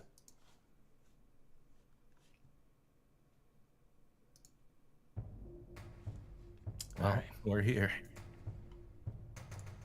I'm sorry if all those fires caused you any trouble. Well, it turns out it was you, I guess, so it turned out for the best. I hadn't But- really planned on doing this, but couldn't control myself, I guess. And for a moment, like this, light flashes through his eyes. I hope your little friend doesn't mind killing so much wildlife and all. Well, it's not good, but It is what it is. So, what exactly did you want to talk about? I've got a few questions of my own, but seeing as you saved my life, after you. What did you want to talk about? To be honest, part of the reason I did this was because I was hoping one of you would make your way over here. Got some news. Thought I'd let you know. I've always been on your side, after all.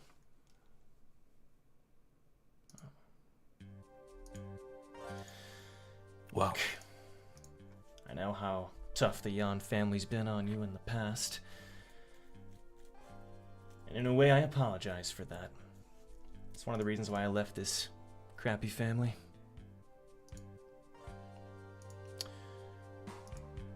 You see, you might not know this, but the Yan family, they're, well, trouble for the wildlife on this floor and every other floor that they control. Various endangered species and creatures, they use them for meat, harvesting them, hiding where they get their true. Everything they sell, they're hiding where they get it from. It's a Yan thing. I kind of wanted to give them a wake-up call. Maybe I went too far. But anyway, I can kind of relate to you. The Yan family treated me like shit too. is that so? You know how the Yan family, they're matriarchal, which is fine on its own. But the Yan flame, ever heard of it? Yeah. Sometimes a special flame gets passed down in the family. I think the current one is Milla, something like that. And it's after my time. Well, they say that only women inherit the flame. But the truth is, they just hide that fact. They hide the fact that that's not true. And for that reason, I'm sort of anti-Yan. But regardless, he kind of leans forward. You might not know this, but your father was involved in ICER. What? Yeah. Crazy, right? I'm not exactly sure how, but all I know is that in the records that we have, your father's name is there. Can I see these records? No. Sorry, kid. Yeah. I just know that he's involved. And I think when the twins were asking, they suspected some kind of connection, which tells me the Yan family might be starting to put some pieces together, even if these two didn't know much by themselves. But considering you are a member of ICER as well, I'm sure you'll find out someday. I'm telling you, it might be wise to stop searching after your father for now. He emphasizes, for now. If you continue to cooperate with father and the rest of us, I think you will get your answers. In fact, it's the best way, the best route towards acquiring the information you desire. Of course, father knows more than any of us. How do I know you're telling the truth? Why wouldn't I just go back? Why wouldn't I just go the other way, the other route? What if I kept working with the Yan family? You saw what they tried to do to you. And trust me, that's not the first time they've tried to pull something like that off.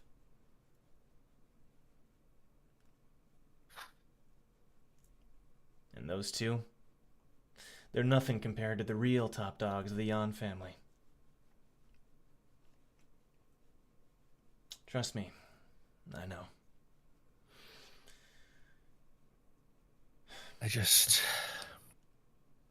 I don't know who to trust anymore. You don't have to trust me. I just thought I'd tell you. A little common courtesy for all the trouble I caused. I had to let it out, you know? Sometimes the rage just builds inside of me thinking about what happened to me. A little bit of payback, I don't really understand your whole organization. What is your end goal? Our end goal is simple. It's you. What does that mean? You and your friends. You're it. You're the result of all of our hard work. That's why we're testing you, helping you. You're everything that Father has ever desired. Well, I don't even think I was supposed to climb the tower. I don't know how I can be the result of something. Of You don't your hard remember. work. It's okay, you don't remember. He just smiles. But someday, maybe you will. Remember the good times. He just looks at you. The good times? What? You know those scissors of yours? Yeah, Hang on to those things tight. of course. Just know that, As there may be some people who are coming after them. And you don't want to associate with those kind. did you guys make sure I got the scissors? Whoa, that's a bit of a jump, don't you think? Well, I mean, considering everything that's happened. It was a combination of things. I'm only a knight. There's only so much I know. I'm sure your girlfriend could tell you more than me. My girlfriend? Yeah. What, you're not dating, or? No. Well, don't tell her that. Is that what she's saying to you guys, or?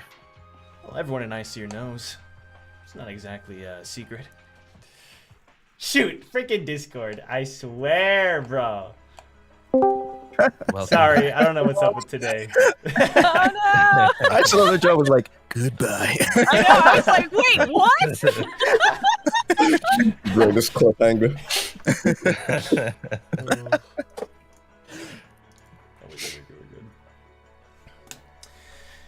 Anyway, he stands up.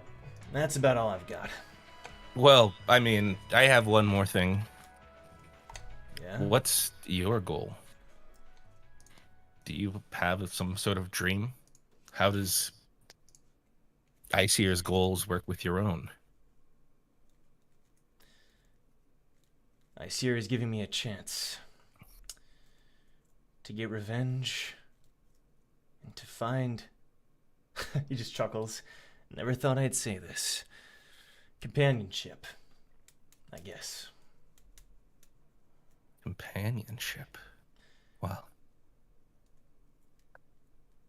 That one is easier said than done. They're the family I never had. And Smile, the rest of them. Smile. She's like a sister to me. I know how weird she is. But,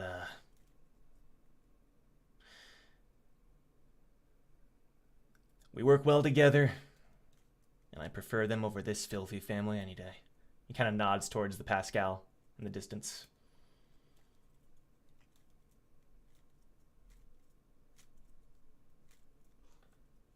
Anyway, that's about all I got. Although, he looks back at you. There's one thing that I think you have wrong about me. I don't hate the Eon family. I don't hate Milla. I don't hate anybody. I understand why they won't tell me, but I just need to know. But if pursuing this any further means I have to lose more than I already have, then maybe I should give up.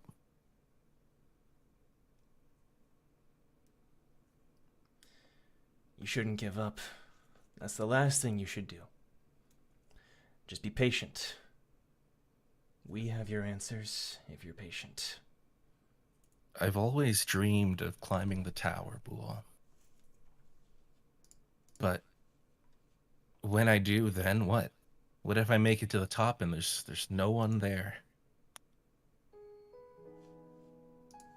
How would it be any different than now? I would still be alone.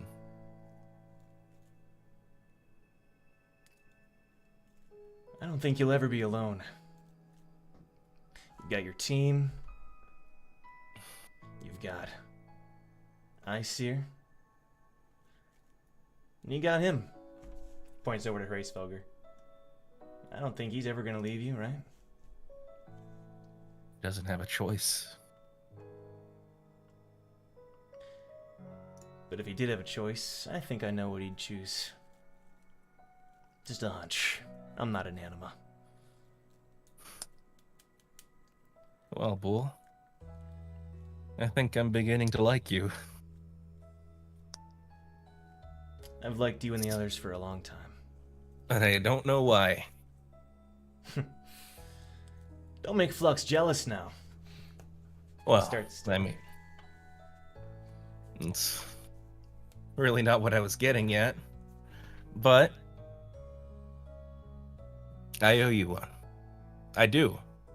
So, if you need something, a favor from me, well, I'd be happy to help. Thanks, man. I'll keep that in mind. Oh, and hey, and he reaches over and he touches your shoulder, and a light purple flame starts to run up your body. And the wound that was starting to close way faster than it should have starts to feel less painful. The claw marks from the wolves start to feel less painful, and they start to close up ever so slightly, and he backs away. Meshed up a little bit. Oh, you know, great, because, you know, that was, you know, brink of death and stuff. But, yeah. Thanks, Bull. I didn't expect to get this kind of talk from you, of all people. Well, we're pals now, right? I guess so. So, I don't have to worry about those twins for a while, right? Should I get off the floor as soon as possible, or? Those twins were trying to do something against the Yan family. I'm pretty sure you don't have to worry about them for a little while. Plus, they're, let's just say they're probably gonna be, in the hospital for a while. He just smiles. Oh. Oh. Well. One more thing, and he starts climbing out of the boat. Oh. No one knows about this, but, 30th floor.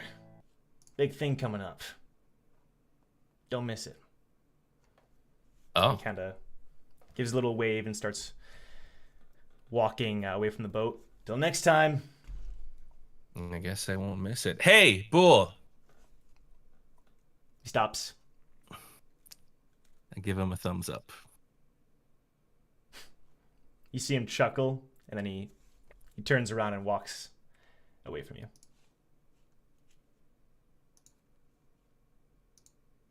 I look over at my new old friend and I say, he's just some guy that I knew a while ago.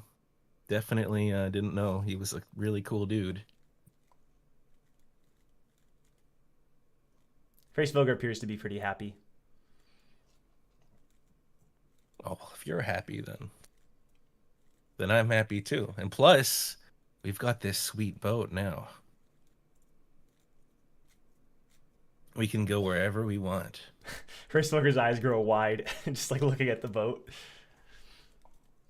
And the engine is still on and all that.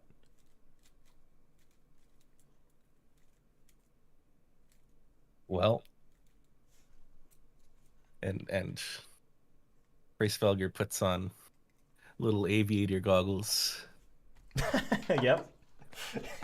That he always had. It's time to go for a ride. And with that, we're going to take our break. We will come back in about 5 minutes, so don't go anywhere.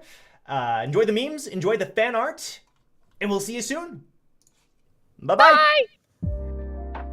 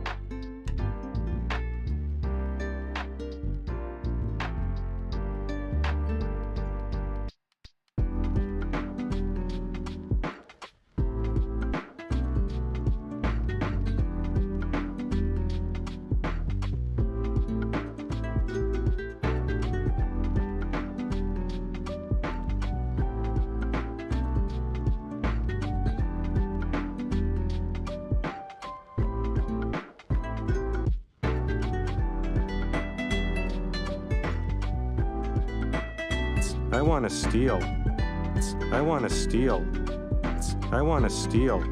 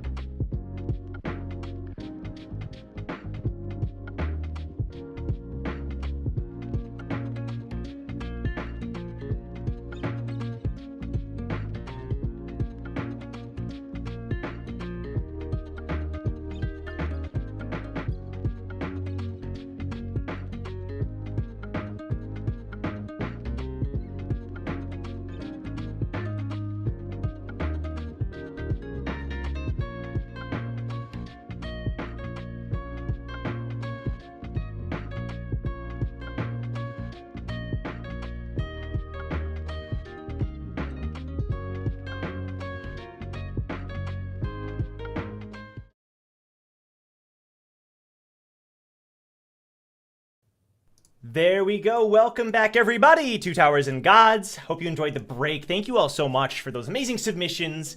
The Discord server is down below if you want to make your own submissions. We actually ended up sorting the channels recently, so there's an entire channel for memes, entire one for fan art.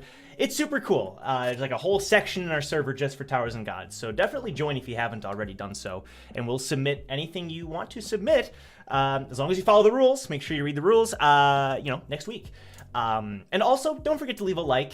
We're on episode 30, which is pretty crazy, like I mentioned at the start. So if you would leave a like and show your support, we would really appreciate that. So, yeah, thank you, Light, for posting the link. Perfect. I also want to give a shout out to Chance Simmons, who super chatted. Literally way too much hype for this. Much love all around. Let's buckle in. Absolutely. Thank you, Chance. And then Jody Williams also super chatted.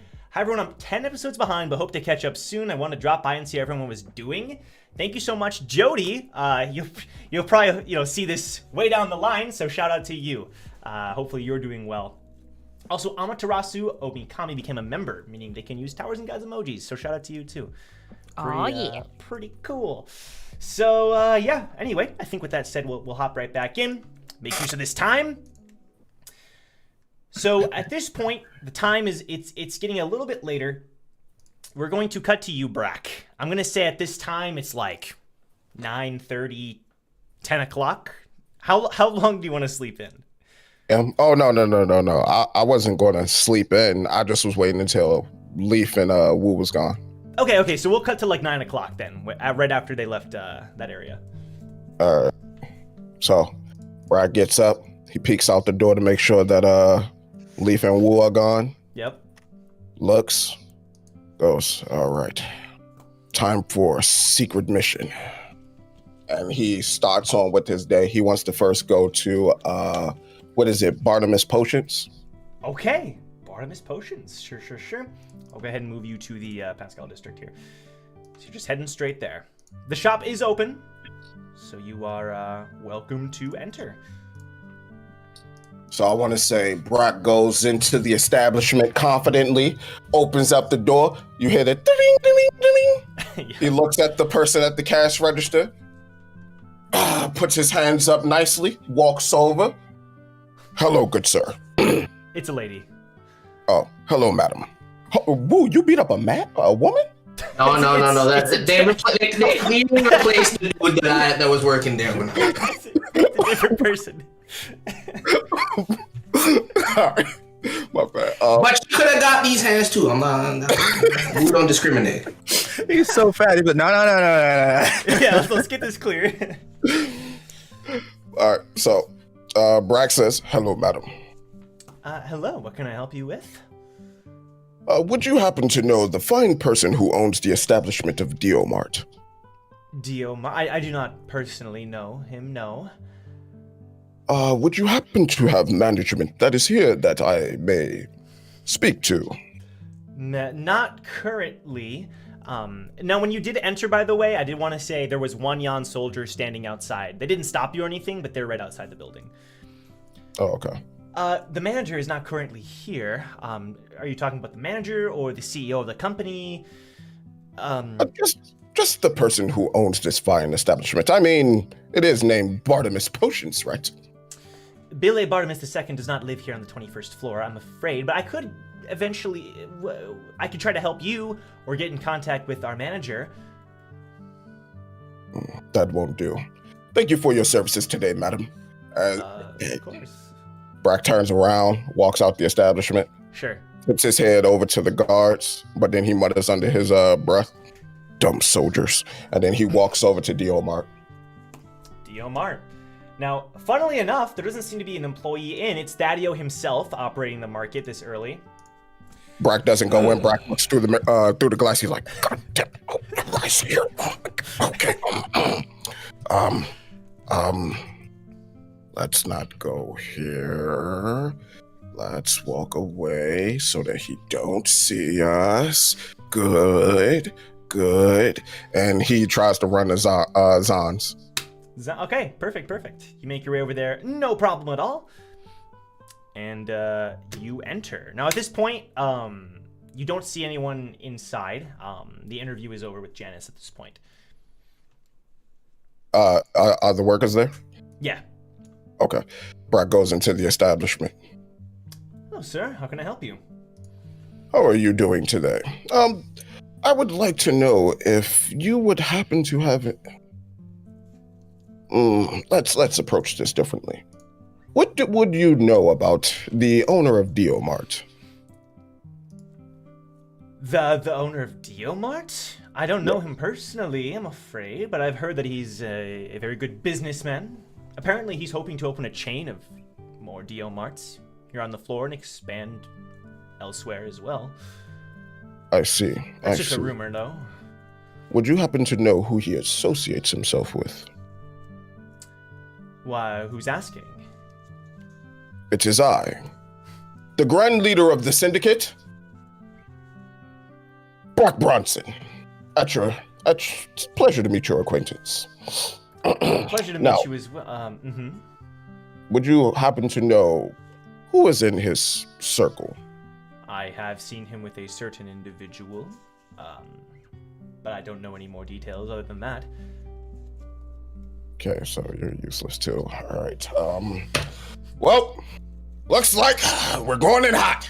And I rush out of Zahn's and I go over to Diomart and I kick open the door. Okay, you kick it open. Who in the... Oh, Mr. Bronson, hello. Hey, Regulus. Those doors are mahogany. I hope you didn't... He walks over and he kind of inspects the doors, do any serious damage. But welcome to the shop. Thank you. I was kind of curious as to who your business associate was that you had brought with us, brought to the meeting last night. His name is John. He's a good friend of mine. A very good associate. Does he reside here on this floor?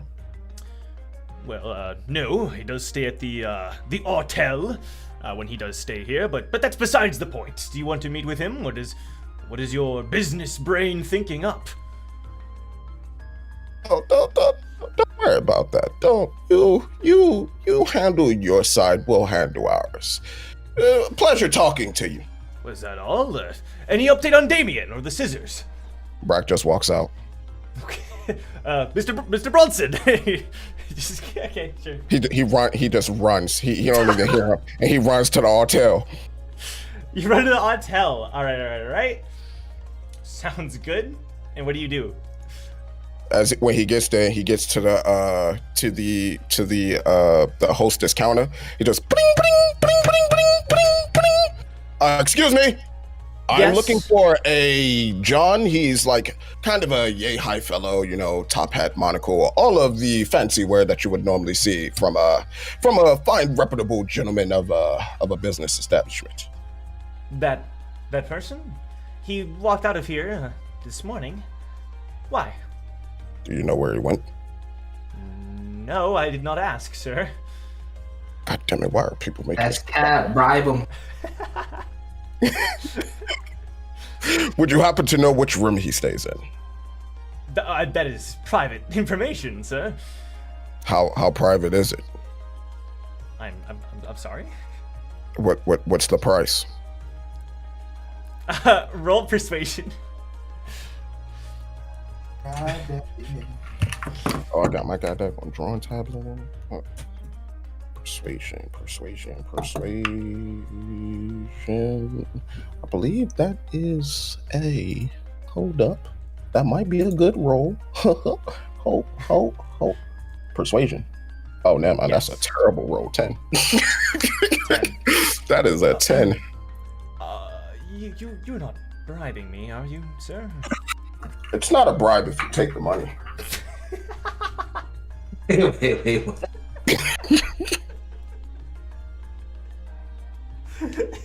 Sorry. Okay. I'm afraid I'm going to have to ask you to leave, sir. I stay here too. How are you going to make me leave? I'm supposed to be here for the month. I'm sorry. I didn't realize you were staying with us. See, look at it. Go. You know what? Better be glad that I'm in a good mood. Otherwise, well, the syndicate doesn't snitch, but Brac turns around and walks out. Okay, sure. By the way, Wu, what did you plan on doing after leaving the interview? We don't have to cut to us. I can summarize everything that happens. I was wondering like where you just. We went to the library. Library. Okay. Well, so okay. Yeah. Got you. I actually don't want to do the scene, so. No, for sure. I was just wondering if, for vicinity purposes. So Brac, you leave the establishment, and then what? I then pull out the pocket, get my glasses, put them on. Dal Wu.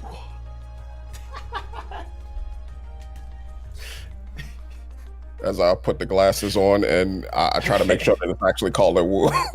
Okay, yeah, you're calling Wu, no problem. So Wu, you're in the library with Leaf, and the pocket picks up. Or you're getting a call. Answer the call in the library? Do I have to go outside? Mm-hmm. Oh, get away from the little one. She can't hear what I'm about to say. Alright, I'll step outside real quick. Sure. Alright.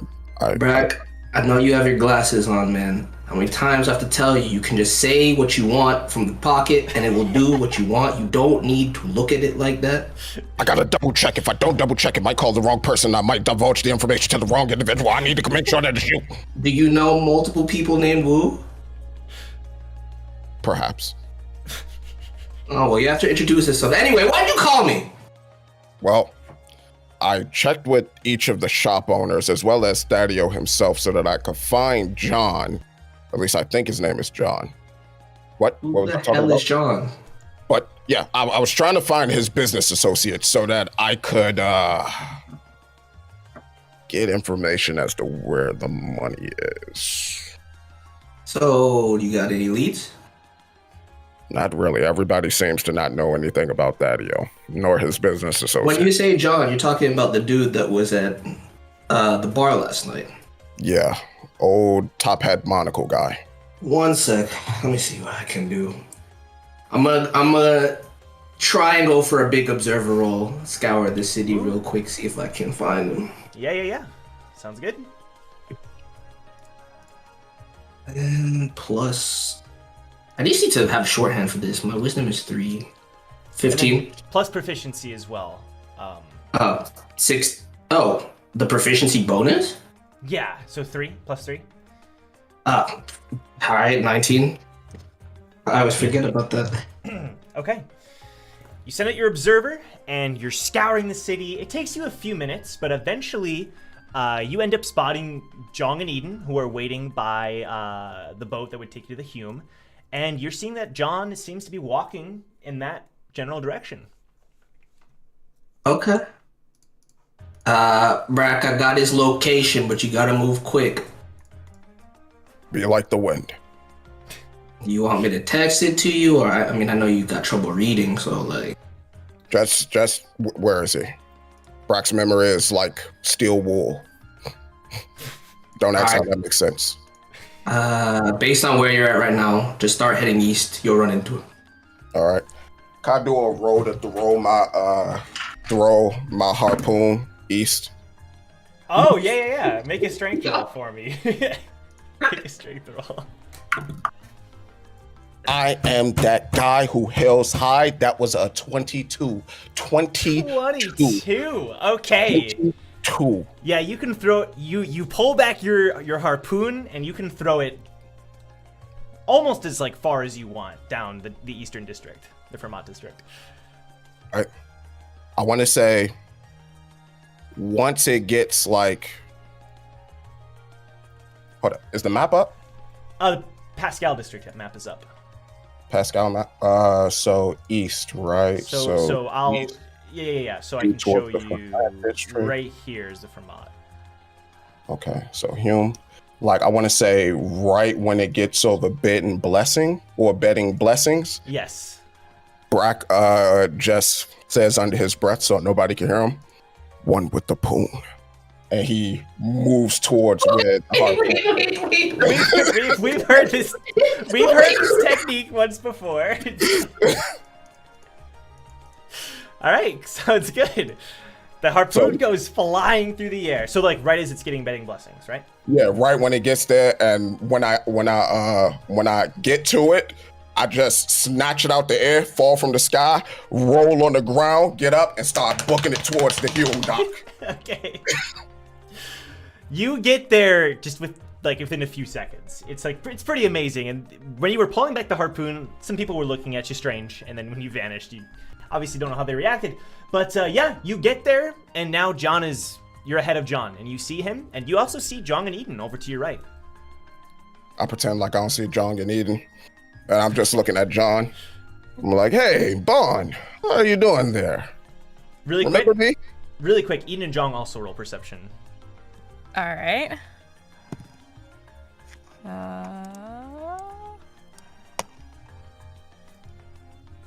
19 from me.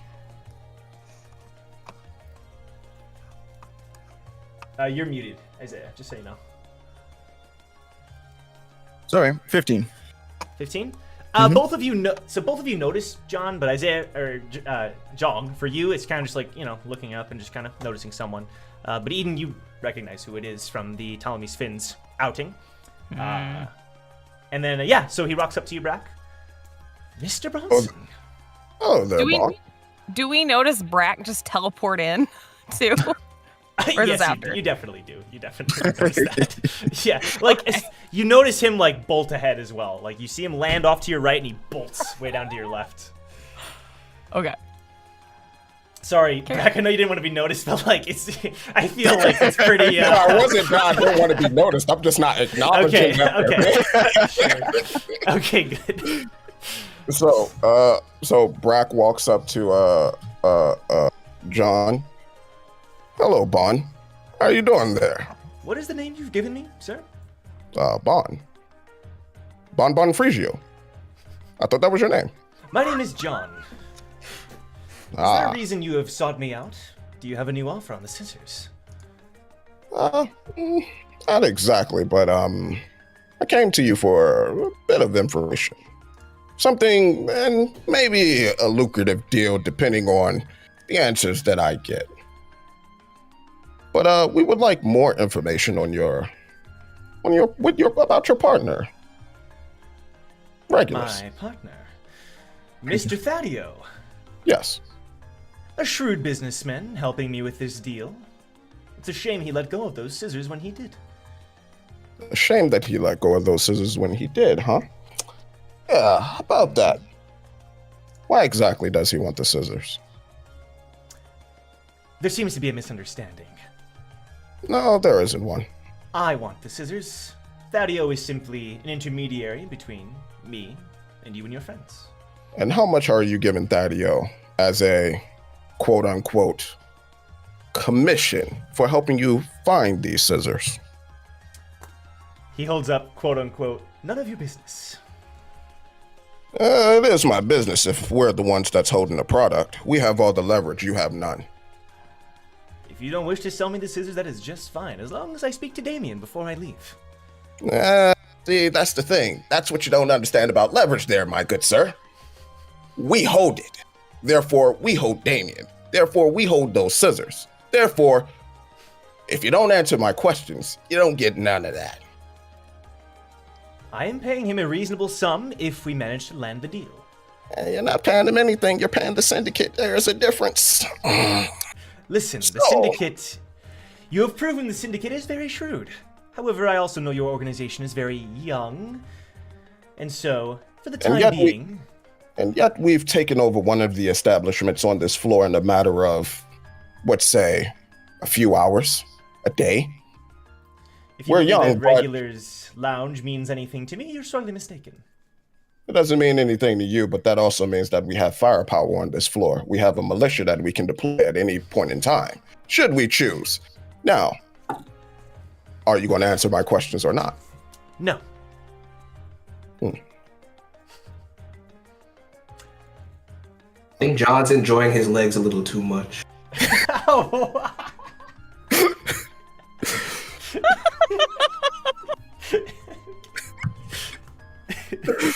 I wasn't.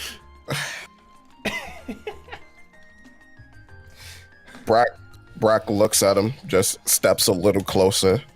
Can I roll intimidation? Yeah.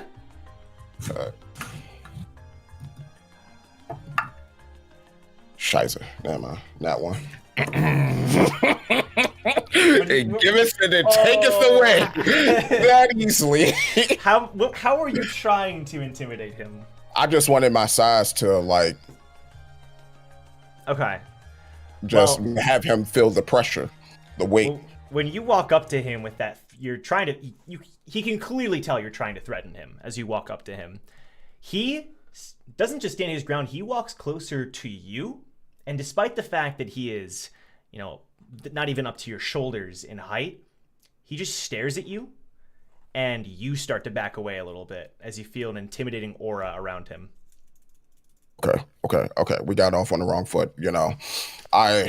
All I want is just some simple answers here, man. Like, come on now. Why do you got to be this way? Why are you trying to press me? Like, I was just trying to press you for a little bit. It don't even got to be this way. We could just, be friends if you really want to be like that. But you don't even got to do all that. But you're trying to. But our conversation is over, Mr. Bronson. I'm going to wait here until we can board the ship to the Hume. But my questions. Our conversation is over until you can bring me Damien Frog. But what if he don't want to come? Then our conversation is over. But it can't be over because we're still trying to get the money. I'm afraid. I'm afraid that is out of the question. The Syndicate has proven themselves weak in my eyes. We're not weak. We're a strong organization. We run by the best. Wait till our leader really get here.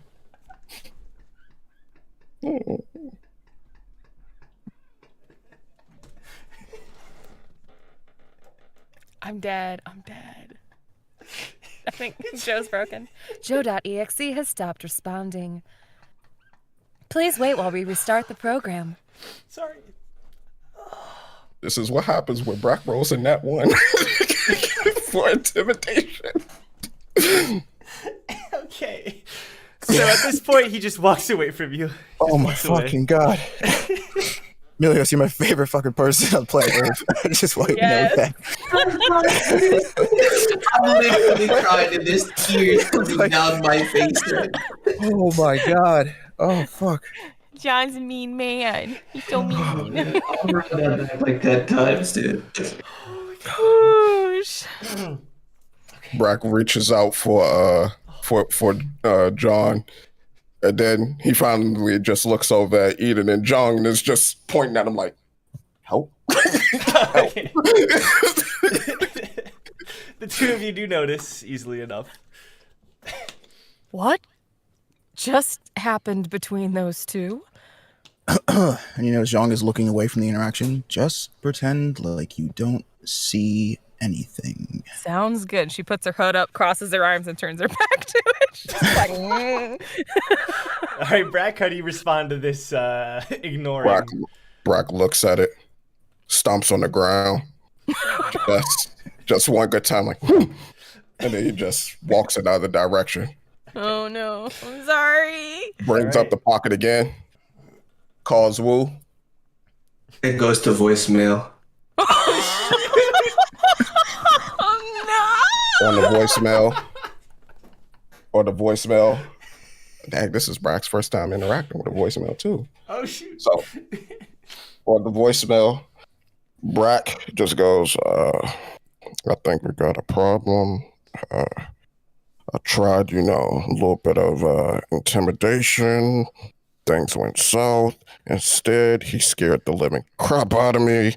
I don't know what's going on. I feel sad. I feel sick. I feel disgusted, like I'm about to throw up. Eden and Jeong pretended I didn't exist. I don't even know why I'm calling them by their names, but I'm upset right now. Nobody's helping me. Call me back. Give me a second. Oh, I'm weak. I'm so weak. Milios, you gotta ease up on me, bro. I need a minute to breathe, man. Oh man.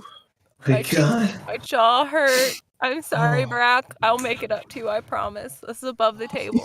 I'm crying. Everybody's ignoring me, and I'm scared. This man having a temper tantrum, bro. It's crazy.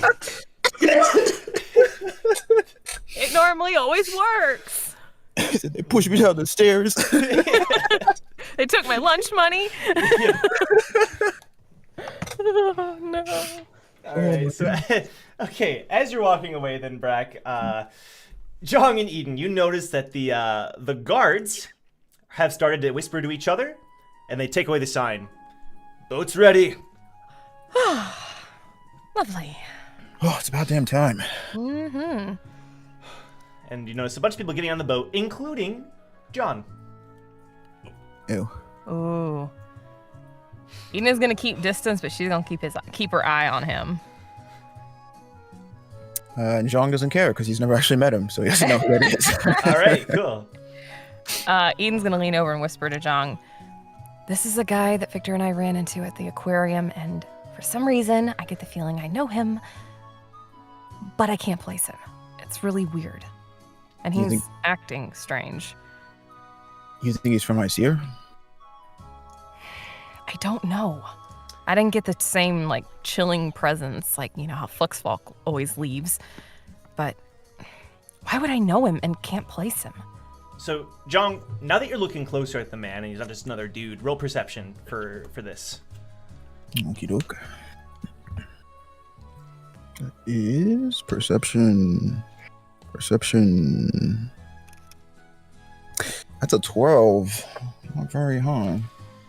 You just notice that he's got shaved black hair. He's wearing the cap, the top hat looking thing. And he's just kind of staring out across the water. That's about all you notice. Looks like a pretty ordinary guy to me. Top hat, business suit, going to the Hume district? It's a little odd, don't you think? Well, yeah, but kind of a lot of odd people on this floor. That's also fair. I don't know, just something strikes me funny about him. Fair enough. As you are heading towards the Hume, son, do you want me to cut to you or no? Or are you good off doing your own thing? I will just explain what happened so we can pass that scene. Sounds good. Yeah, we went to the library. Actually, I have to ask you a question. I have to buy Leaf this book on the Guinea. How much is it going to cost for the book? So, the book, they ask you if you want to rent it, but I'm assuming No, I want to buy it. Okay, so it's going to be 500 points. All right, acquired. Do they have any text on the actual Shinhueh itself and not the flower? Oh, yeah, they do have various texts on the Shinhueh of this floor. Add one more, so 1,000 for that? Yes. Let's call that fair. All right. All right, Leaf gets her book on the flower. I buy the book on the creature itself, and then we make plans to go see it while we're on the floor at a future date. To go see what? Oh, the flower? Or try and find one at the very. Okay, sure. Sounds good. And after that, do you have any plan after that? No. I mean, I guess I check Brac's voicemail and just shake my head and say nothing. Sure. Oh. Leaf suggests maybe going off to read the books, like maybe back at the hotel. Kind of have like a little book club session. What's Victor gonna do? Victor don't read, so. Victor can't read. Yeah, you're right. When you were entering the library, he ended up going off, and he didn't explain what he was gonna do, but he headed off towards the west. Okay. You know what? Sure, I'll spend some quality time with Leaf back at the hotel. Okay, that definitely makes you very happy. So you end up going back to the hotel, doing a little bit of book club. Okay, sounds good. Damien, we're going to cut to you. We're kicking this thing at a high speed. Yes. So, Hresvelgr, activate the hyperdrive. Hresvelgr's looking around, just kind of flips the switch. You're revving up the engine. Cool.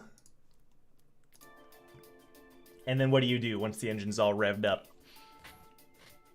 We kick it into high speed, and we're going to a place. We're returning to a place where it all began. Perfect. And I believe that's on the, what was You're it right. called? The Hume. The Hume.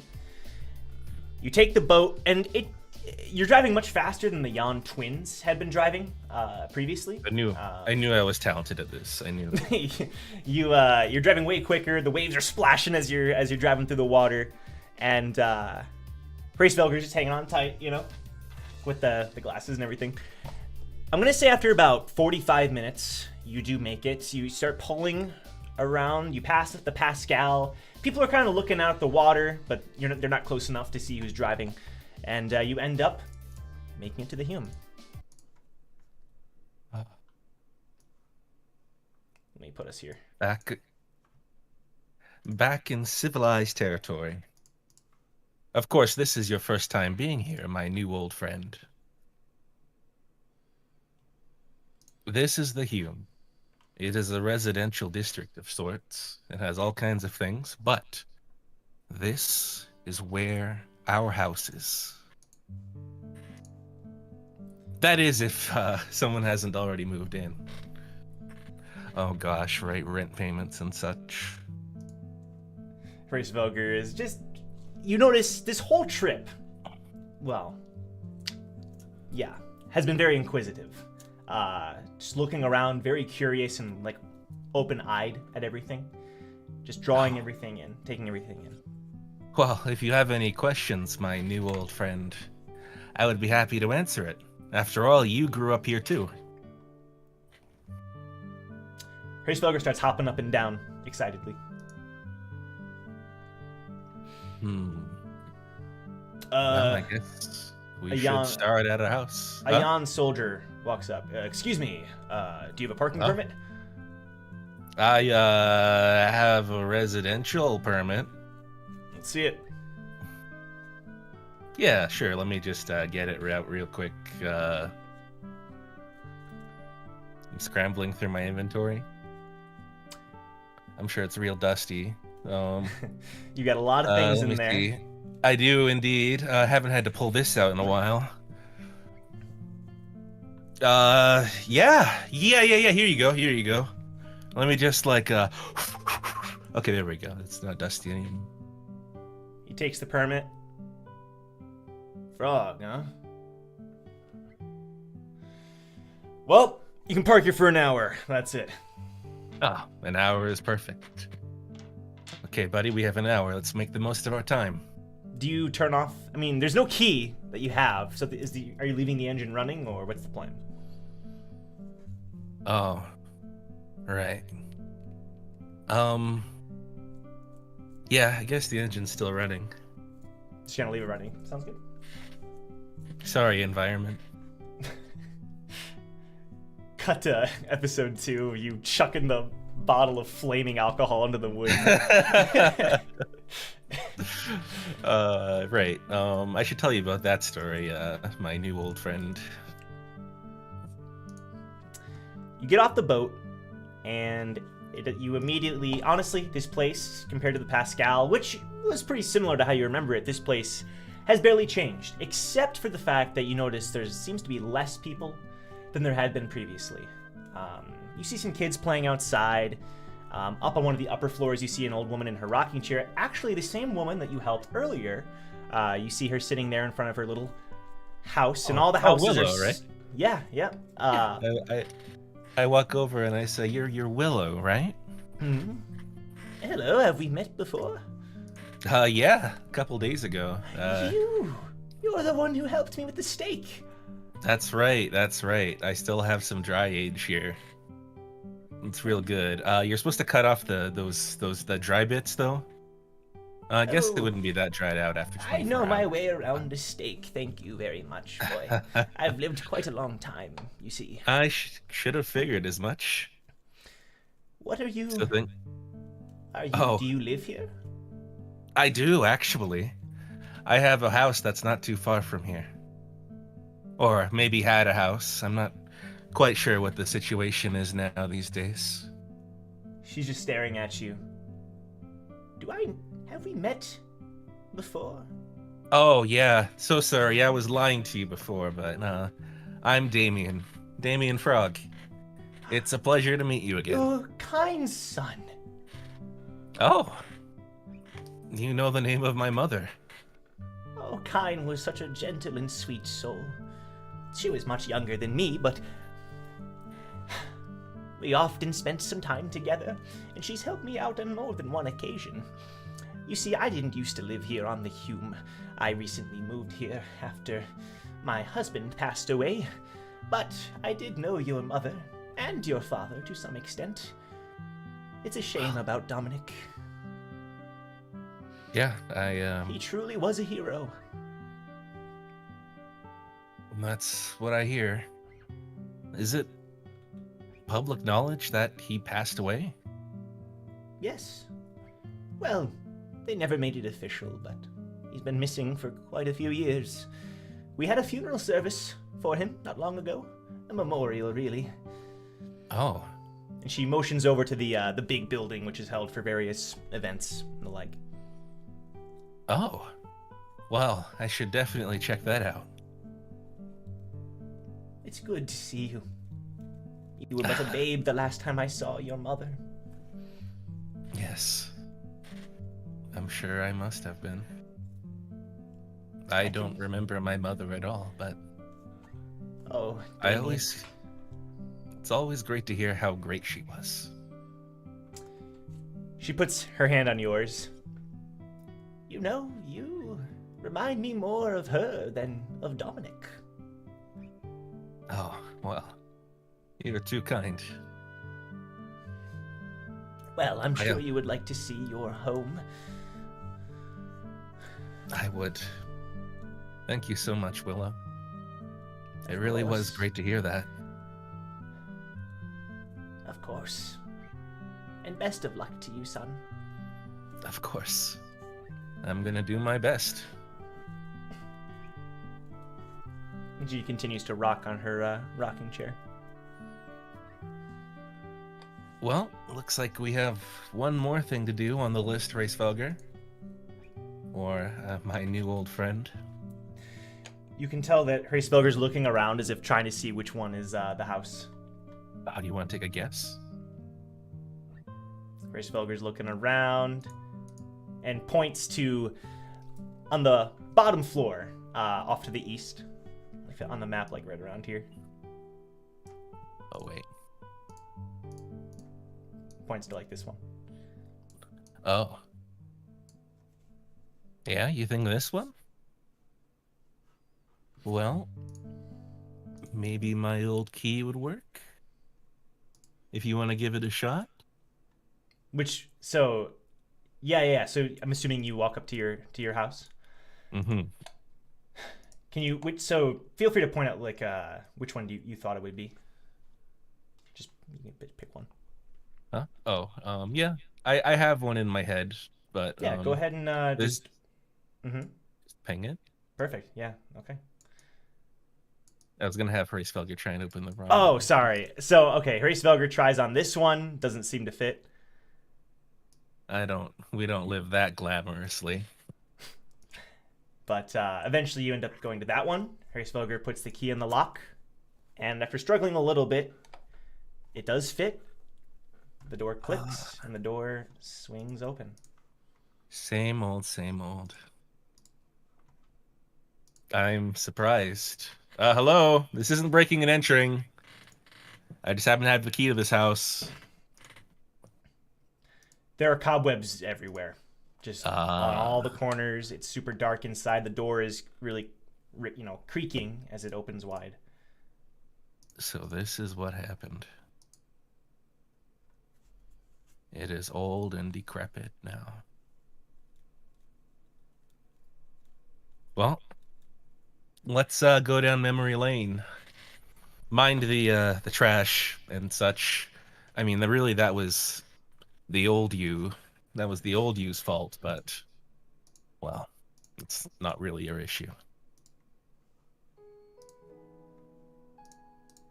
Hresvelgr hops off of your shoulder and is looking around and starts kind of heading up the stairs to the little the small, tiny little upper floor area, kind of like a small little attic where you would sleep. I go and enter my dad's room. The door opens up, and there's. If you thought there were cobwebs in the first room, this door is just filled with like cobwebs. You see a couple mice kind of scatter as you open the door, and it's very dark inside. Goodness.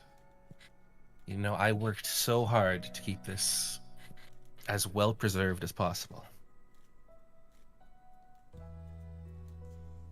Well, I better go see if there's anything that can help me. You slowly step inside, kind of brushing away a couple cobwebs, and you're able to light up the area with your lighthouse, no problem. And roll investigation for me.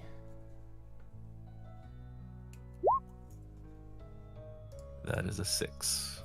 Okay, that's fine. That's fine. You're looking around, and the area appears to be fairly empty. You even get the impression that maybe a couple people have been in here, whether they're officials or the like.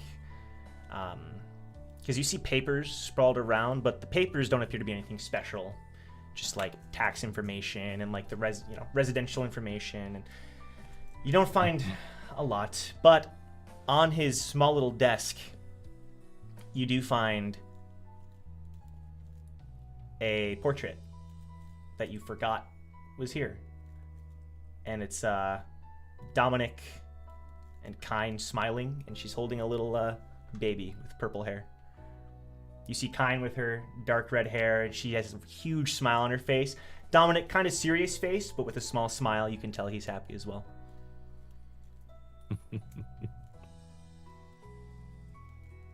Well,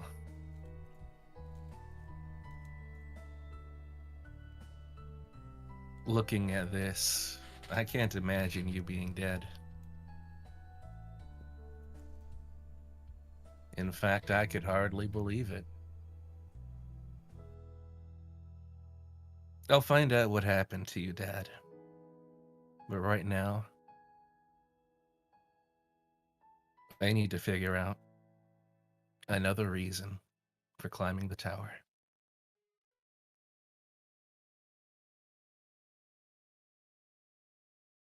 Maybe I'm not as alone as I once thought.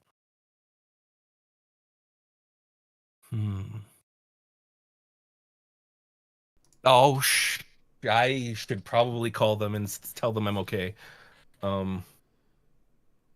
Wondering about your friends? You hear a voice coming from the entryway. Yeah, I was just thinking about them. Wait, who are you? You hear footsteps entering, and a head kind of peers around the corner. You see a man with a top hat, wearing like a business-like suit. Dude! No, yeah, get him out, get him out. And at this point, Jeong and Eden, you have landed. Hope I'm not intruding.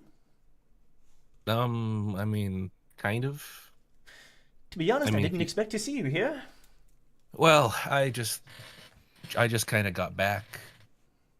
I figured I may as well drop by. Right. Roll perception. Damien, he gonna shank you. Be careful. 22. Yeah. This guy looks really familiar. Really familiar. And he's kind of looking at you and kind of rubbing his fingers together near his face and just kind of smiling as he looks at you. Have we met before? Yes, we have indeed. Well, not personally, but I do believe you've seen me before. You remember Nissan, right? This is the one that got away? Sorry. Yeah. I do. He was a dear friend of mine. Oh. The name's Upio. A pleasure to meet you. Upio. Well, my condolences for the loss of your friend. He was a good man. However, very reckless. Honestly, I didn't expect to live through that scenario. However, I already knew it would most likely fall through. I miss my mustachios. Now. This bitch. Sorry. Would you... Now, Would you like to talk business? Of course, if you need time to inspect your home, I totally understand. Yeah, yes, please, if you don't mind. I would be happy to speak business once my time here is over. Of course. Well, in, say, an hour, meet at the docks? I'll be there. I've got my boat running. It's a pleasure to meet you. You as well. Tips his hat and he leaves you. Oh, that was weird. Anyways, back to work. What was I about to do again? I don't... Well, it was probably nothing. Hresvelgr was like hiding when that happened and slowly hops over to you. Anything good up there, bud? Give me a moment. Hresvelgr kind of looks excited and holds up a tiny little blanket, colored like green. Oh, take a liking to this one, huh? He kind of throws it around himself like a cape. How very odd. Just like the old. Yet you yourself are completely different. Well, you can keep that. That belongs to you. I'm sure the previous owner won't mind. As for me, I wonder if my dad left anything at all. I've checked this room 1,000 times, but I guess he wouldn't have information that would incriminate him or reveal any sort of big secret. In the room, you see he has the little desk and a bed off in the corner, and the windows are closed tight. But you also notice he's got like a shelf where a couple of old dusty books are. The room does look pretty empty, though. Ah, books. Anything catch my eye? Roll investigation. Rolling investigation.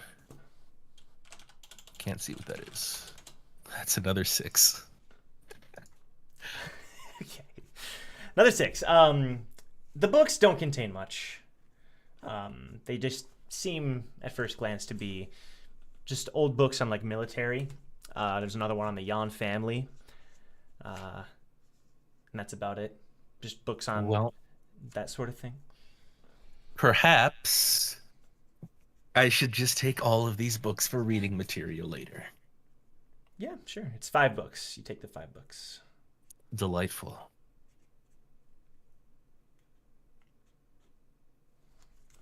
Yep, I do think I'm gonna turn over a new leaf, man. Not that you knew the old Leaf, but I mean, that's confusing because there's like a bunch of people named Leaf in the party. You don't know them, but I mean, you will. Well, maybe one of maybe one of them, but not the other one. Well, actually, the other one's still around. I guess maybe I'll meet him. Well, that's okay. We should get going. I'd like to see this memorial. You head out of the building and start walking towards the memorial. We're going to briefly cut to Jeong and Eden. So the boat at this point has landed. And you're getting off the boat. And John, you see John just kind of head off towards the eastern area. That guy bothers me. Who, the tall hat guy? Yeah. Okay. Well, we're here. Let's go over the plan. All right. Okay, so when I was in there yesterday, I didn't get all the information, but I sort of got the feeling that their shop isn't doing too well, like, financially. Right. So I figure you could go in, and you can go in as sort of like a sponsor, somebody that's willing to financially support their business if you can make sure the business is on the up and up, selling the right kinds of weapons, etc., etc. Okay. You could use this cover to find out a little bit more, anything you can really, about them, their business, their lives, anything they know, and obviously, whatever you do, you don't know and have no affiliations with anyone from the 10 great families. Right. Okay. Actually, above the table, Joe, Yeah. can we use the pockets as sort of like wireless Bluetooth? Yeah. Like if like okay, so like Eden could turn her pocket on, but like put it in invisible mode, and then I from outside like would be able to hear what everything. Okay. Yeah, Alright. you can. Yep. Okay. And so while you're in there, you'll have your pocket on, but in invisible mode. So I'll be able to hear everything they're saying, and I'll try to feed you information or what to say as best I can. Got it? Understandable. Let me do something real quick. And she's in the different outfit that she was in yesterday. So she's not in the skirt or anything. She's back in her normal clothes. Nice. And she takes her hair down and completely puts it up like a businesswoman, so like a bun, and it's kind of swooped to the side, so she looks different than what she looked like yesterday. Okay. Bad. Is there anything else I need to know before I go?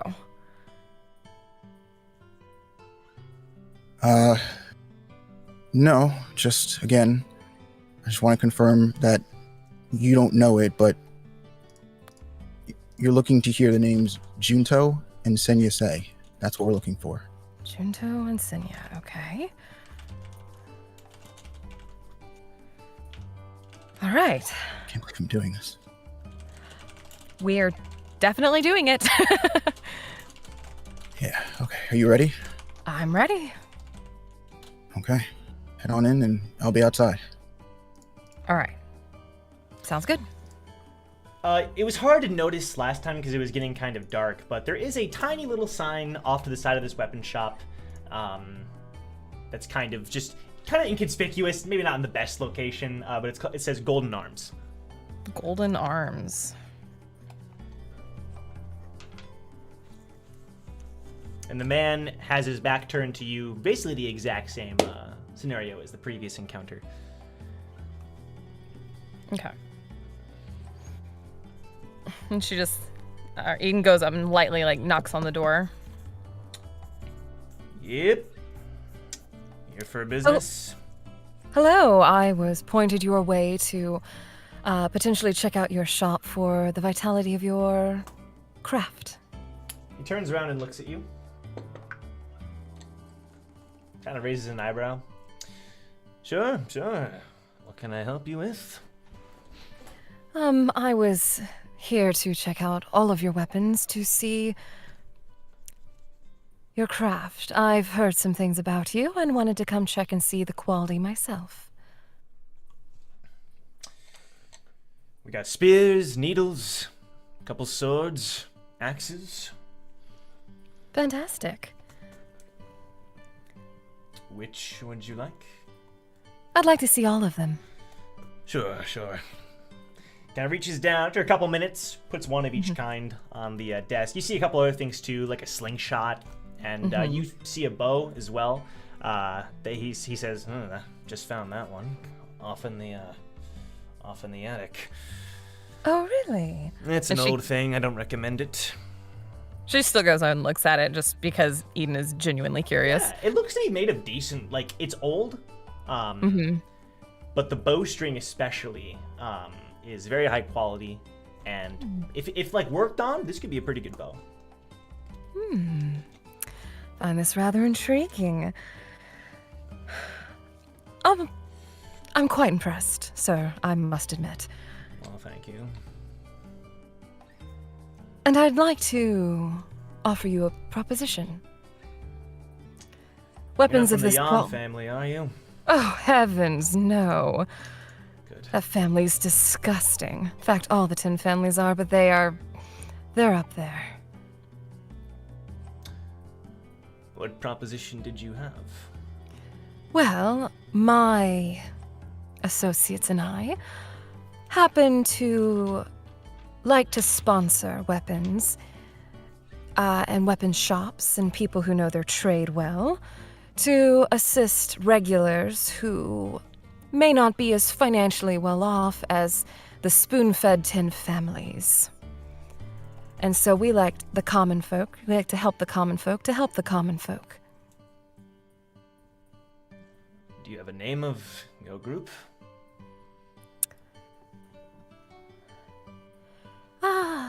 We like to keep that quiet. You know, if our name gets around with the 10 families, they'll seek to put an end to us. I don't work with other businesses. Sorry. And why is that? We could make your workshop more up to date, financially support I'm not interested in you. making my workshop more up to date. Between us, this is kind of a hobby for me. I'm not interested in success. I'm much too old for that. Sir, this is much more high quality than a hobbyist. Come now. What is your name, sir? Junto? Junto. Wonderful. Are you here alone by yourself, or do you work with someone else? Maybe that's why you're not so keen on working with me. Or persuasion? Right.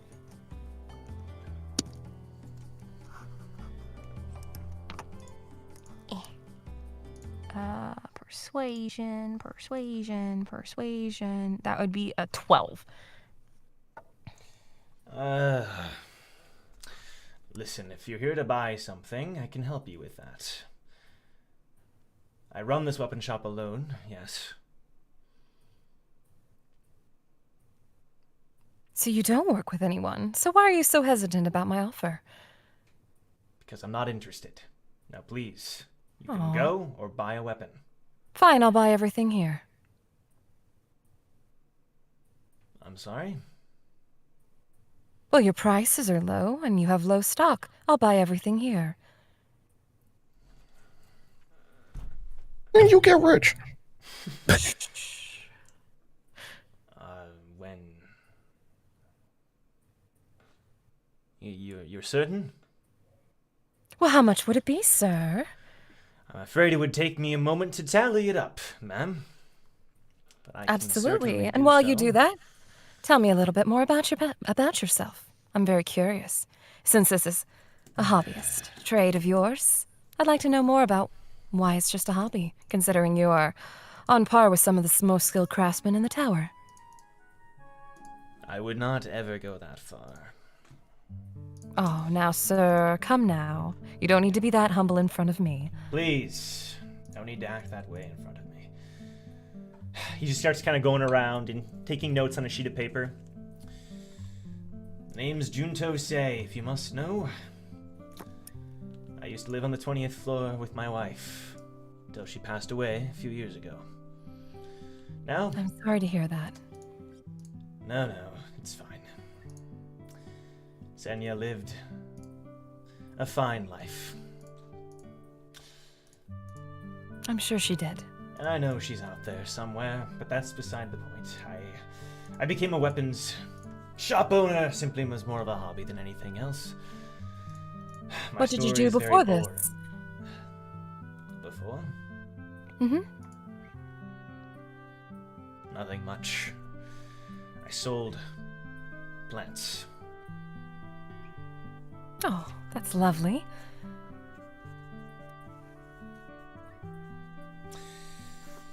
Let's see. And Eden's checking her pocket very carefully to like see if Jeong is like feeding her any information that she needs to touch on. There's no message. Okay. I'm willing to sell you everything I've made already for 15,000 points. 15,000.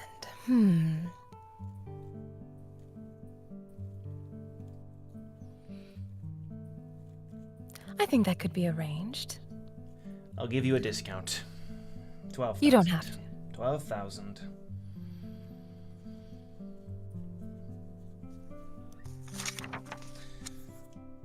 Why are you putting up that front? What front? I can tell you're acting differently. From when, sir? I've never met you. Compared to last night. I wasn't over here last night. Oh, please. No need to pretend anymore. I hope you like the spear I gave you.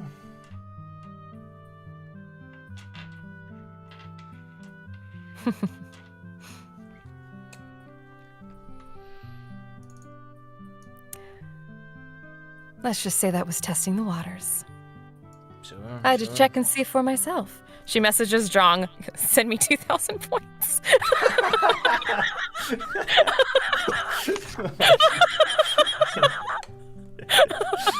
You too kind, sir. Send me 2,000, please, please. Send it, I need it. The spear for 200, I thought it would be cheaper. It's a lot of, I mean, she's got some silly things in stock. At this moment, actually, a hooded gentleman walks into the building. Eden, you know who it is, but a man with a hood on walks into the building and walks up to you. How's everything going?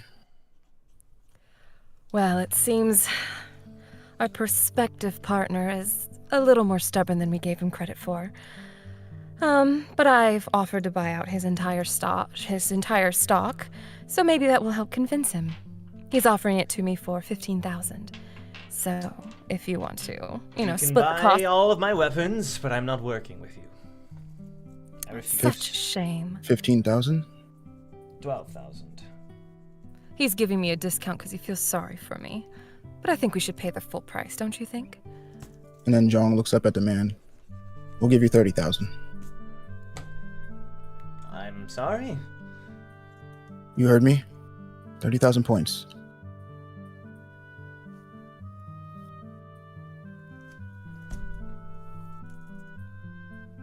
Why are you doing this? Well, it's like my associate said. We really admire this craftsmanship. It's a little bit unique and unlike any other weapons we've seen in the tower. 30,000 and then no deal? On working together later on? You're more than welcome to buy anything you wish from me, but again, I don't do partnerships. Well, right. Maybe, we could take your contact information and call you about new weapons that you have in. Sure, Let's consider this, I'm willing sir. to do that. Maybe we can vary commissions from time to time. That way, Sure. you're not in partnership. Yes, You yes. continue on your hobby. I appreciate that. That sounds fine. Fantastic. Good. He exchanges contact info with you.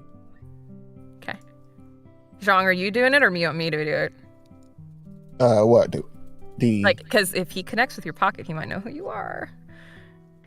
Oh, facts, true. All right, then yeah, you do it. Okay. So Eden exchanges the information. Excellent.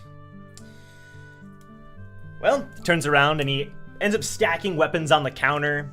There's like 10 different needles, a bunch of spears, some big axes, some smaller axes, a couple slingshots, a lot of different weapons, totaling 40 different weapons in total. 40, 'Cause jeez. he went into the back. Are you willing to take all these now, or?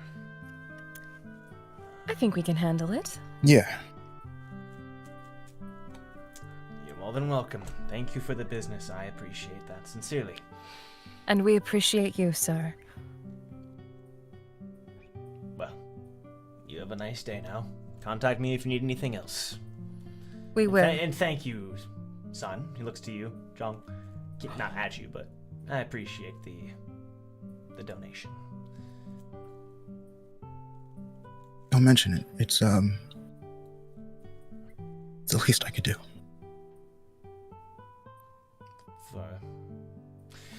Well, I guess that's it for today. He switches the sign to closed.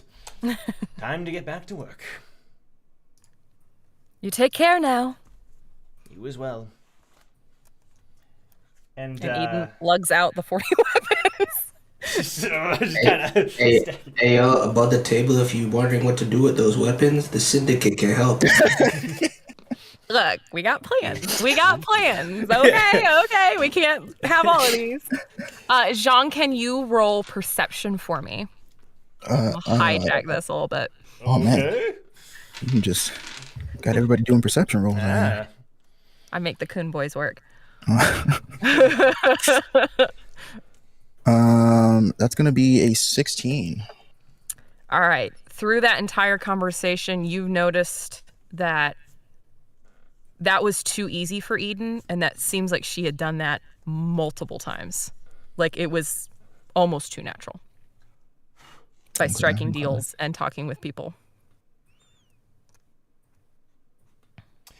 At this point, Damien, you're making your way towards the memorial, right?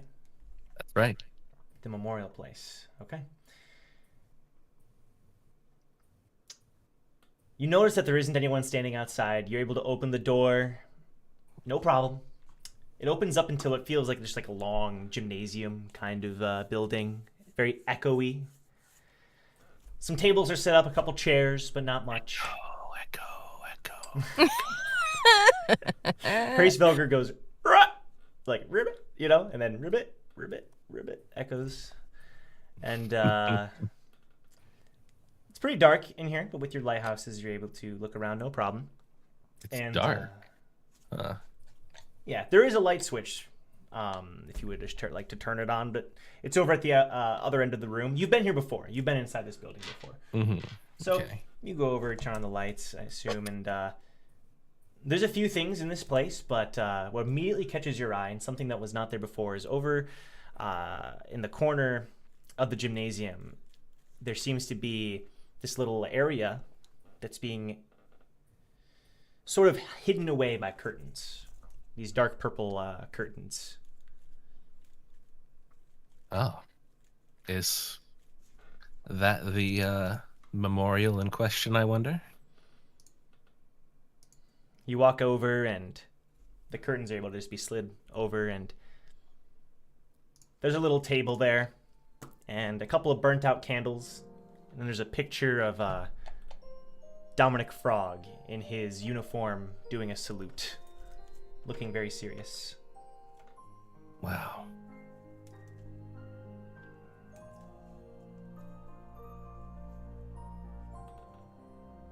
Can't even imagine when this went up. I wonder when they announced his death.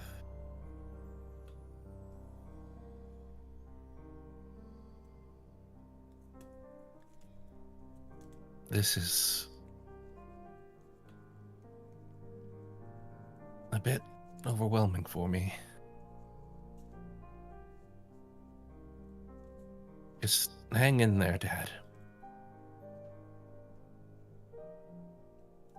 I know you need help, and I don't believe that you're gone. I won't believe until I see it.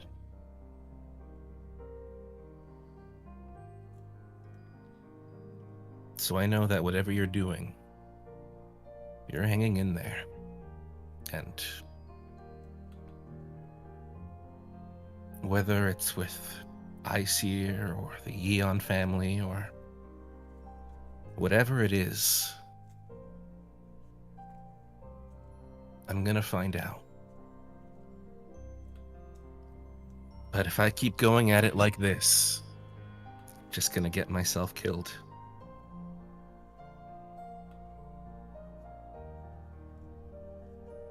You're important.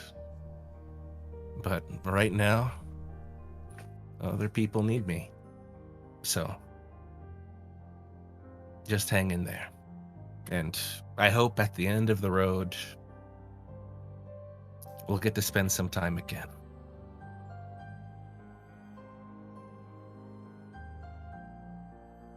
So just please be okay. And I miss you. Throughout the time that you've been talking, Hresvelgr kind of hopped over on the table and was just inspecting everything. And you were too focused on everything to notice, but there were a couple matches there, and Hresvelgr kind of, with his little fingers, kind of starts fiddling around and lights the candles next to the portrait. Oh. Yep, that's my dad. And my dad, he knows your real mom. Hresvelgr looks up at you, confused. Oh, like your mom is kind of like someone who watches over you, kind of like. Well, I guess like maybe I'm kind of like your mom, but not actually. I've always tried to treat you more like my friend than.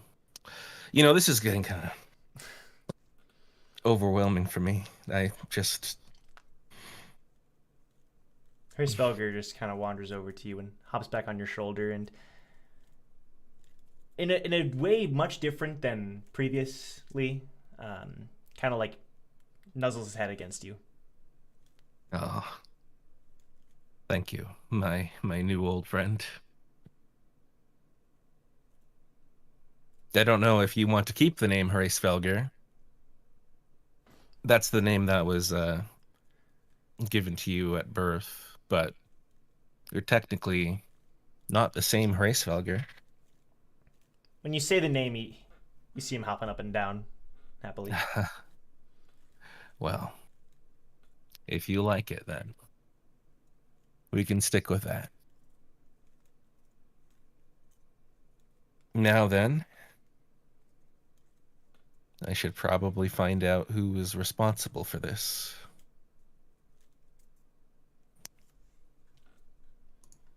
Do you leave the memorial area?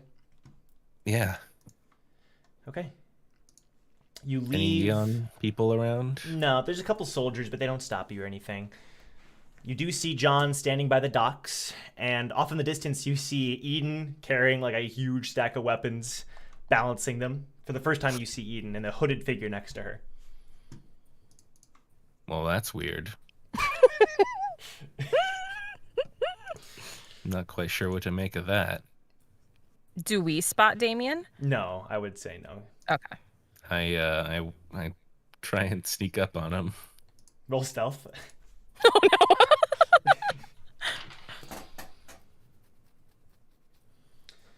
All right. Stealth is my speciality. Except today, because it's a 6. You're rolling so many 6s! True.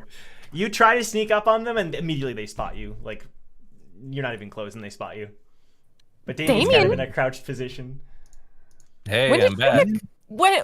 Within the hour. Not that long ago. Oh. Oh, Well, I was gonna call you, but then I got interrupted. by what? By a dude. Actually, my house is around here. Really? Yeah, this is where I used to live. Can we see it? There's not much to look at. Oh. Oh, that's okay. I'm just surprised that it was still there. Well, I mean, you own it, so, right? Did you steal it? No. What? Okay. No. Why would you assume that I stole it? Damien, you are a man of many talents and strange workings, and I never know what to make of you. Well, I will choose to take that as a compliment. It is a compliment, my dear. Oh, okay. Well, I will choose to take that as an insult. Oh, Damien! While you're all talking, Hresvelgr's kind of hiding behind you, your neck, Damien, looking at them. Ah, right. What? I should explain something. What's Though, going on? maybe I should explain it to everyone. Then again, well, try not to take this news too badly. Actually, then again, we can't really promise that till you hear the news. Hresvelgr, this is Eden. And What? Eden, this is Hresvelgr. The old Hresvelgr had his memories wiped. What? Yeah. It's a bit of a long story, but this Hresvelgr is not the Hresvelgr that you know. How did that happen? The job I was on, it took a nasty turn. It's my fault, really, so. Well,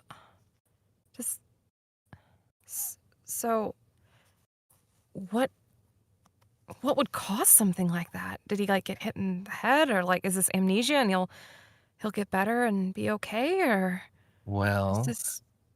I can explain that, but I figure there will be lots of questions. So I think I'll wait for everybody to be around. Okay. But for now, this is a completely different Hresvelgr.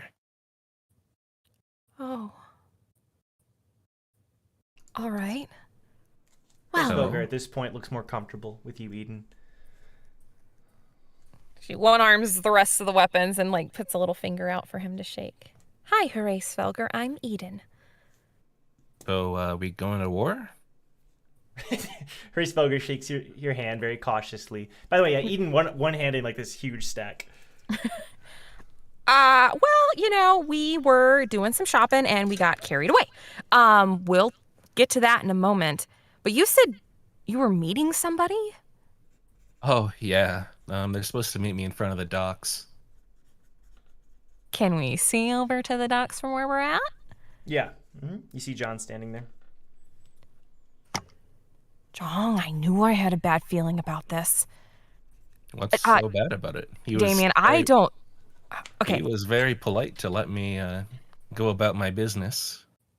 Okay, so Victor and I ran into him the other day. He was working with Thaddeus. And they really, really, really wanted to meet with you, and they wanted to make sure you had all of your personal effects. I get the feeling that I know him from somewhere, but my mind can't place him right now, and I think you should stay away from him. They want those scissors really, really badly, and I don't know what they're up to. I mean, I could just decline. Or, they could like fight you or something and take them forcibly. Yeah, I think but, the more I mean, distant that's a bit of a what if, though. Is it? I mean, what if they attack? He didn't seem so What if bad they to attack me. and they're like like a B rank or an A rank or heck, even a ranker? I'm not We can't really fight sure that. why. I'm not really sure what a ranker would want to do with me. Well, they don't care about you, they care about your weapon. Hmm. And if they do have memory properties, then you didn't use those on Hresvelgr, did you? Huh? What? No. Okay. Could they help him? Like I can explain the whole situation. Why don't when we meet go with back? everyone. Why don't we go back and meet with everybody right now? Yeah, that sounds And leave good. him hanging. Let's just not make that meeting. I don't By know, the Damien. way- I've got a really bad feeling about this. By the way, who's your friend? Oh, just kind of looks over to Jeong to see if like he's gonna reveal himself or not. You notice Jeong has just been staring at the pile of weapons, and he hasn't said anything to anyone. He's someone we both know, so let's go get on the boat and let's head back to the Vermont district and we'll meet up with everybody, okay? We'll explain it on the way. Sure. But Ish. I do need to have this meeting with this man, though. No, you don't. I Either feel like I you should give go him the courtesy. send him a message and tell him you can't make it. You ran into somebody and you had other business to take care of. Damien, I think it's really dangerous. And I don't want to control what you do. It's not my place anymore. But I got a bad feeling. A really bad feeling. I mean, he knows Nissan. What? Yeah. Apparently I know him too. We seem to be good friends with him as well. Eden, you definitely are able to put the pieces together when he says that. And like Eden grabs Damien's hand. Damien, that's the guy that got away. Mm-hmm. That's the guy. Yeah, he told me. That means we gotta go. We gotta go. We're gonna leave him hanging high and dry. He doesn't deserve our presence. We gotta go. I'm gonna hear him out. Damien, no. They're rancors! I'll be right back. She's gripping his hand, like, I am whoop, whoop, whoop, whoop, whoop. You're gonna have to contest a strength roll if you're gonna try to do that. What are you trying to do, Damien? I'm just walking over to the guy. You want to like squirm out of Eden's grip or like strength out of it? Like right, I got my arms crossed. I'm like Frieza. Like I'm like teleporting left and right. I'm like ha ha ha ha on my way over. I'm gripping you, so. Okay, Joe roll acrobatics. Eden roll athletics. 18. Athletics. Athletics. Yep. Athletics. 18. Roll, both of you roll again. Oh no! Ooh. 21. 11. You're trying to kind of like dodge out of the way, but Eden's grip is too strong. I thought you weren't trying to make me, I thought you weren't trying to make decisions for people. I'm not, Damien. He's a rancor. He could flick you out of existence. We're in the middle of the Yeon territory. Do you think they care? Crimes are definitely not gonna be accepted. He got away from trying to assassinate all of the second floor heads, including Regulus, the person who ran the floor. I'm going to do this.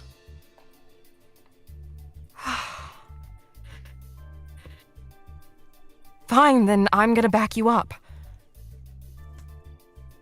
Well, I will see if he minds. Jeong, hold these. Wait, that's Jeong? Yeah, long story. You're kind of trying to, balance the weapons there, Jeong. I'm gonna say, probably make a decision here quickly. Yeah, I'm going. For the sake of time. And Eden, why don't you go with him? I'm going with him. You... Just I'm leave it already up in going. here, and I'll take care of him. No, I'm going with Damien. That's what I said. Oh, sorry. Leave these weapons here, and go with Damien. Yeah, I'm... okay. Hello, sir. Sorry to keep you waiting. The two of you approach. Eden has fully put her hood back up and is like just standing behind Damien with arms crossed. I mean, I It's good to guess see you. maybe. I guess you've met my associate already? Indeed. Well, you wanted to talk business. I hope it's okay. A simple offer. No, I do not mind. My offer is quite simple. Okay. The Golden November. How much is it worth? Oh, well, Of course, not talking about the real Golden November, but I can't believe that believe is you the know name you coined. I can't believe you know the nickname of my weapon. I know many things. I used to be a member of ICER, after all. Used to be? You do recall Nissan's rebellion, correct? Mm-hmm. Well, safe to say, ICER would never welcome us back after something like that, even if we were still alive.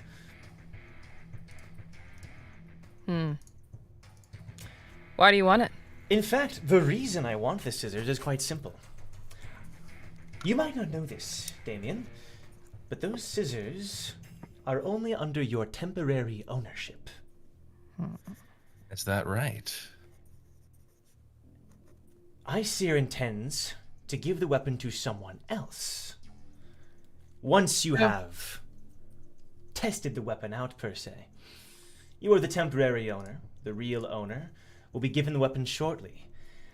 I do not want that to happen. Oh.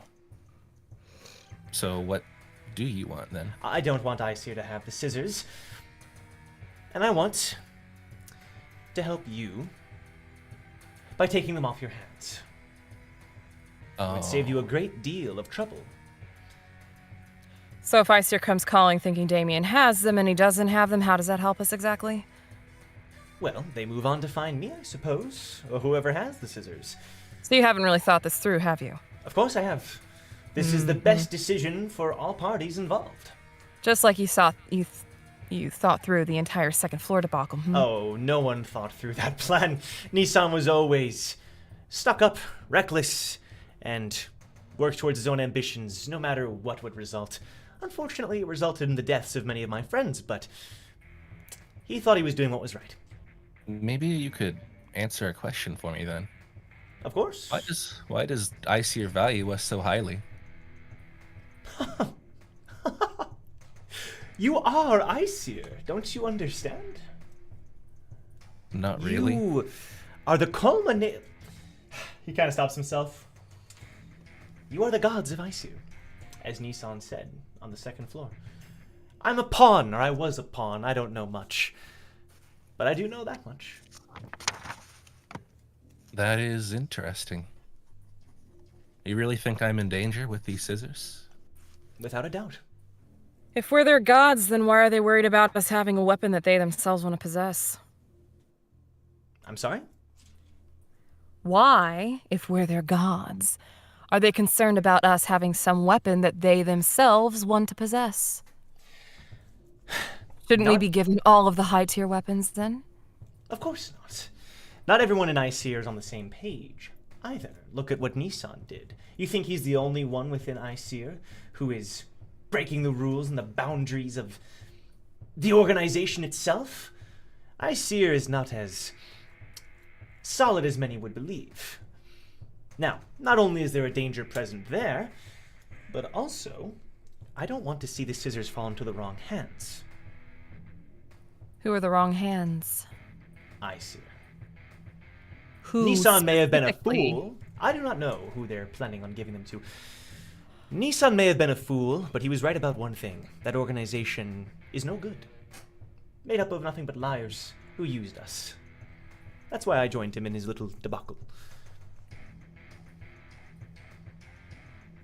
He's kind of rubbing his hands near his face. What if there was some sort of mechanism that stopped me from giving you these scissors? Do tell. What if giving you these scissors takes something away from me? Something important. Did you sign a contract with the weapon? I, get the feeling that I might have. Do you know what you would lose? I have a pretty good idea. How about this? I never planned on acquiring the scissors anytime soon. I simply wanted to offer at any price, almost any price, is on the table. 1,000,000 points, 10 million points, even 100 million if it got down to it. However, if you think that it is not worth giving them up for whatever you would lose, I understand. Think on it, and I'm sure we'll meet again soon. My offer will still stand. I appreciate that. I do. Right now, I think it would be very dangerous for me to give these up. But maybe sometime in the future? I'm still trying to figure out all the quirks of this weapon. Certainly, certainly. Well, it is taking a while, and I'll keep my eye out for Icyr. Please do. Don't ever trust them. Now, I must be off. Have a wonderful day, the rest of you. Of course, and thank you for allowing me the time on this place. All I ask is that you don't remember. Sorry, you don't forget Nissan. Nissan Tekis. He was a wonderful man. Truly. A fool. You show it in a really funny way. I'm sorry? You show it in a really funny way. How so? You throw him under the bus when it didn't seem like he was going to be worth it, and he was such a fool and everything. You don't want us to forget him, but, don't trust I tried to talk Icyr. him out of it. I certainly did. But he had to follow his beliefs. He had the others with him through thick and thin. And I helped him as well. He ran. What did you want me to do, submit myself to Regulus's acts? If you're a true friend, you would've. That is not how I operate, Eden. Mm-hmm. If that is all, I wish you a good day. Tips his hat. And don't forget Nissan. Don't forget him. He wanders off and boards the ship. The will to survive is admirable in itself. Eden, if I somehow perish, I hope that I would hope that you would live on. Damien, don't talk like that. You'll make it happen. Come on. Well, I'm only saying what I'm first thing that comes to my mind, but really though, if something ever happened to me, I would want you to live. And I would defend you from that stupid idea. I wouldn't want you to take revenge either. Right. But I'm not one to tell you what to do. I have this newfound appreciation, though. For? Just for life. That's good. And I realize that I have to learn to separate what seems important from what really is important. And right now, it seems like this group really needs me. Oh yes, we'd be lost without you, Damien. Of course. Of course, of course. How would we ever survive without your jokes? How would Jeong ever have a moment's peace without you and your best friend working together? Damien, you're a good egg. Wow. I've been thinking a lot the last few days. Something tells me that whole trip didn't go well, did it? It didn't exactly go to plan, but what plan really does go to plan? And Eden had her, she pats his back. She looks at her hand and slowly brings it forward. Considering you still have wet blood on you, it probably didn't go well, did it? What? No, it went great. How did my hand turn red, Damien? That's not my blood. Okay, it is my blood. Yes. Yes, But yes, it is. I'm okay, though. Well, I'm glad. Look, not a wound on me. Now, I would like to call the group and explain everything that happened. Let's go. Yes, perfect. So, do you want to end up meeting? Just we can say you call everyone and you want to meet, or yeah, let's meet up. Sure. Okay. So, you all board the boat. You call everybody. We ride my boat. Ah, okay. Right. He leads you to this boat that's over on the side of the Hume. Still running. The engine's still going. Will this have enough gas? Eden, Jeong, get your seatbelts on. We're activating light speed. Damien, do you have a valid driver's license? Hresvelgr, crank it! Hresvelgr cranks it. Oh, gosh. But Damien, do you? Huh? What's that? Do you have a valid driver's license? Yeah, I don't know what that is. Oh my gosh. You do end up making it back. It's a little bit rocky, a little bit dangerous, and literally as you pull up to the Pascal, the Southern District, Tommy District, it and sputters out and the engine stops. Is it like in Pirates of the Caribbean when the boat is just sinking midway through? It doesn't look great. Yeah, but it's still it's floating.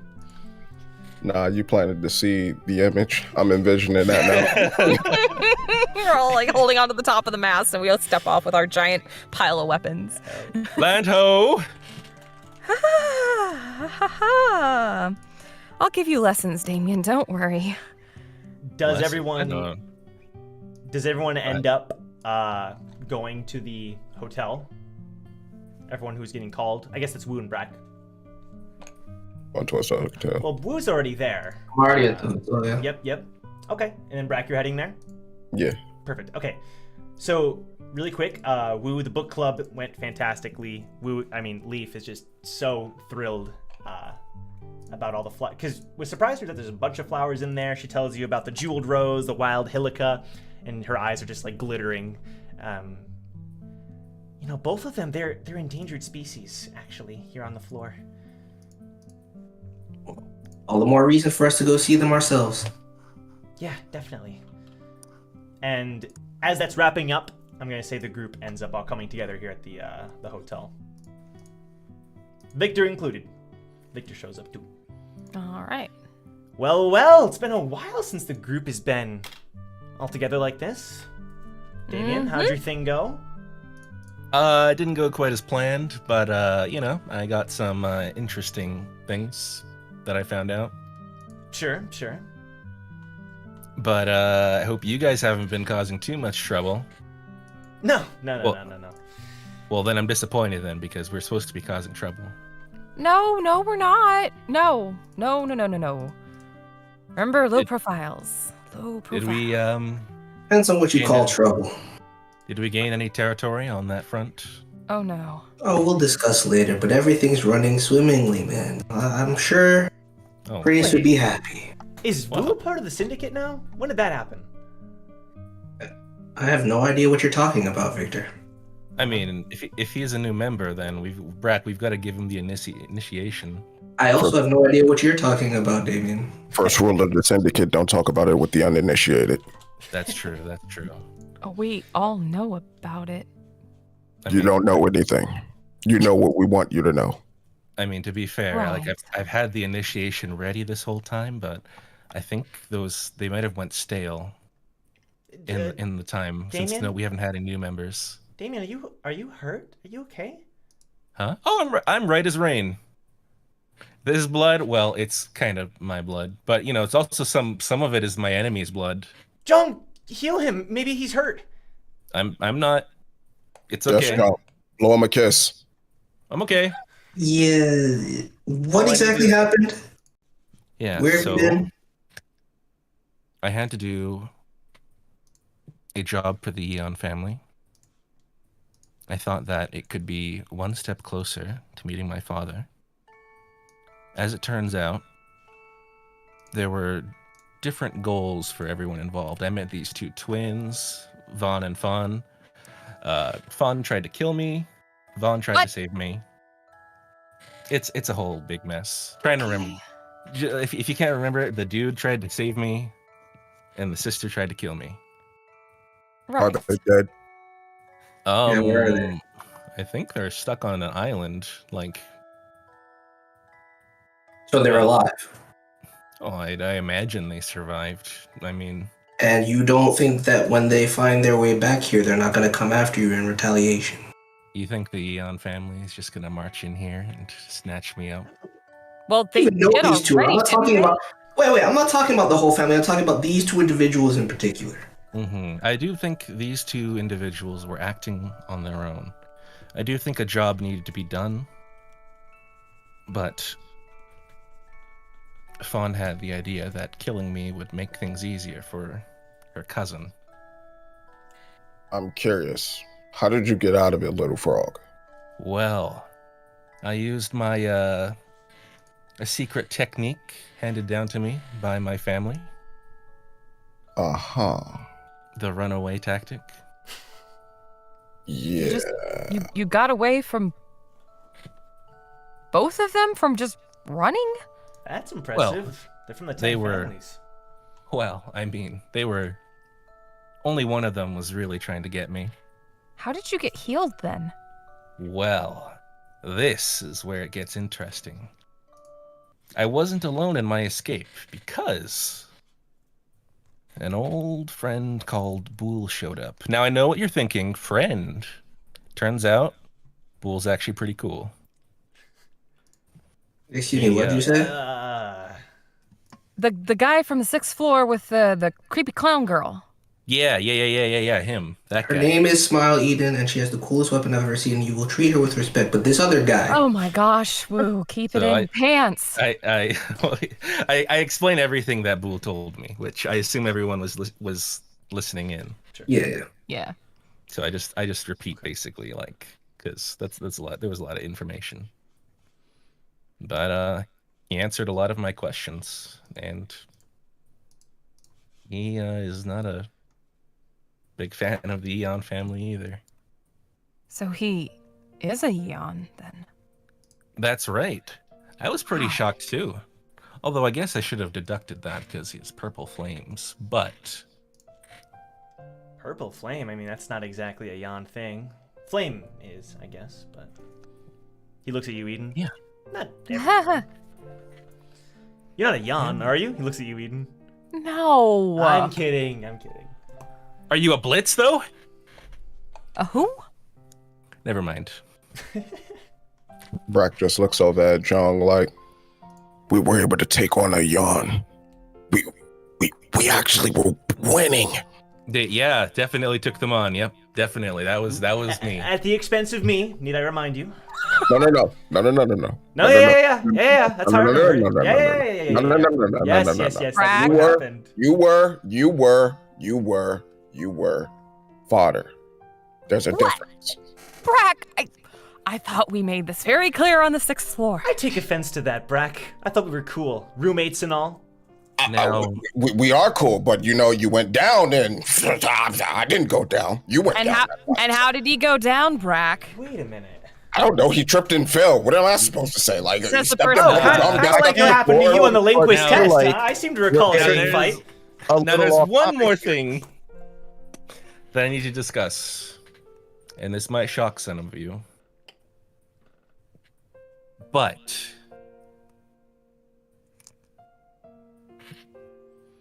Hresvelgr took a really bad hit on this job. Now, Hresvelgr has a very special property where he can't exactly die, but he doesn't have any recollection of anything that's happened. He doesn't know who any of you are anymore. He's very much a different Hresvelgr than what you knew. And right now he is hiding, looking warily around the room. Hresvelgr, this is Wu. I stare. I get very close to his face and stare into his eyes. He stares back. You can tell the way he's acting is different, but he looks exactly the same. Pat him on the head with my index finger. I don't know, Damien. I mean, I get what you're saying, but the heart's still there. Could be. This has happened once before, and my dad explained to me that Hresvelgr is almost kind of like a puppet in a sense. Whereas, as long as I'm alive, he can stay alive as well. But if he dies, he loses kind of everything that made him him. But in return, he gets life back.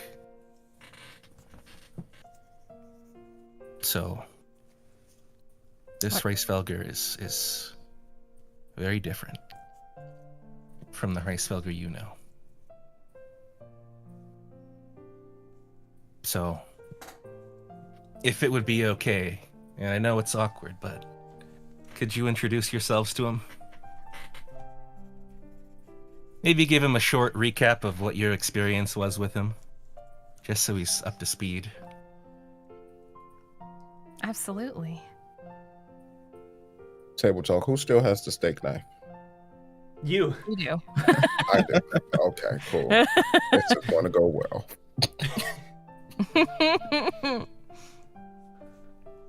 Hresvelgr kind of slowly creeping out of the corner at this point, looking around. Go ahead, my new old friend.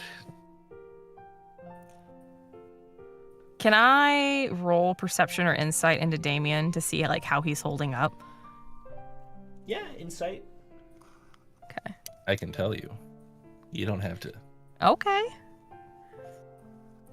I'm doing okay, but there's definitely a lot of grief and sadness. Okay. Brack, you were gonna say something. I'll say Brack walks over. He tries to make sure like he isn't like stomping too hard so no noises like startle him. And he gets down on one knee, look at the frog, pulls out the steak knife, holds the blade in his hand, and asks him, "Do you remember this, little buddy? You used this against Wu's monkey. You almost won. You fought bravely. I'll hold this on as a treasure of remembering who you were, and I'll get to know the new you. But there's one thing that you really should remember. You were the leader. You had access to all the accounts, and now we're screwed." It is a mere setback. So that all those credits are in a Yeon trust fund. Great. Oh boy. We'll get it back. And then Brack just like pets him with his thumb. Yeah, totally. He's warmed up to you very much at this point. Very shocked at how large you are. But like, yeah, totally warmed up to you now. Can I summon Mizoro for free? Yeah, absolutely. And I'm gonna do that. Hopefully you guys get along better this time than you did before. Mizuru at first looks kind of ready to tussle, but then... Mizuru, relax. Relax. Shake his hand. We talked about this. Take the hand off your eye. That's it. No, off. Yeah, shake. Mizuru slowly reaches out to shake her. And now Mizuru kind of seems to notice something a little different. Aww. Hresvelgr totally walks up and appears to be very openly friendly with the monkey and shakes its hand. Oh no. Now you two can actually be friends, although I might still battle you all from time to time.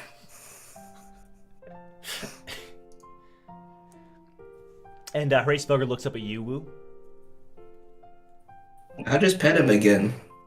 And I kind of whisper, "Don't worry, in due time, all will be revealed to you, young one." Hresvelgr looks around the room. Victor kind of just waves from a corner of the room, but doesn't really do much more than that.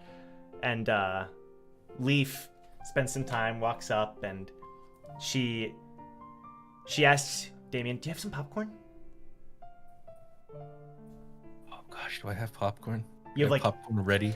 The bag is like crumbs left. Oh jeez. On the kernels. I try and shake the bag to get any sort of kernels out. Yeah, she takes the kernels. No, I'll give her some. I always keep a little in my gourd in case I gotta bribe the frog. Isn't there alcohol in the gourd as well? He keeps the gourd has many secrets. There's a throne. There's a throne in the gourd. Hey, we can put the boat in the gourd. Oh my god! You don't want that piece of junk right in the gourd no more. We have the keys. I'm imagining like we can have a key made. I'm imagining like some vodka-soaked popcorn. Oh no! No. Everything is in the state. Everything in the gourd is in the state that it was when it went into the gourd. Okay. So she uses the popcorn to. What were you gonna say? Something? No, I was just gonna say, Hrace about to get drunk. His first memory, first memory back is him getting drunk when he meets us. True. Leaf kind of tosses the popcorn in the air, and Hresvelgr catches it, and that's her way of sort of warming up to him, and she pets him. But then Hresvelgr looks at you, Jeong. Jeong just kind of does actually the same thing that Victor does. He just kind of waves at him, doesn't really say anything. That's Jeong. He was your best buddy before. Oh. Leaf says, wait, there's one more member of the team that he still has to meet when we meet up again.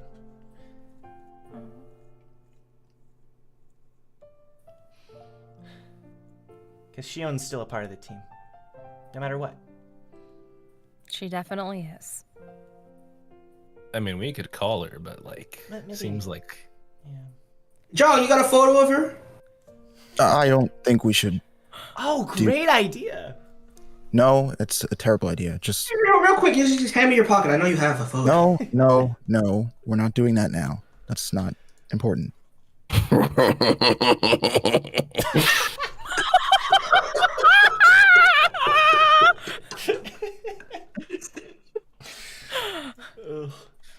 Oh dear. Hresvelgr, this is going really well.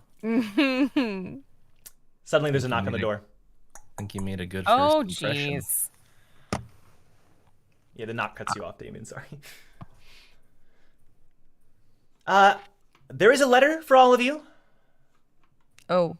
Okay. I'll leave it here at the door. Perfect. Have a lovely night. You too. So much better service at the hotel. They don't just barge in over here.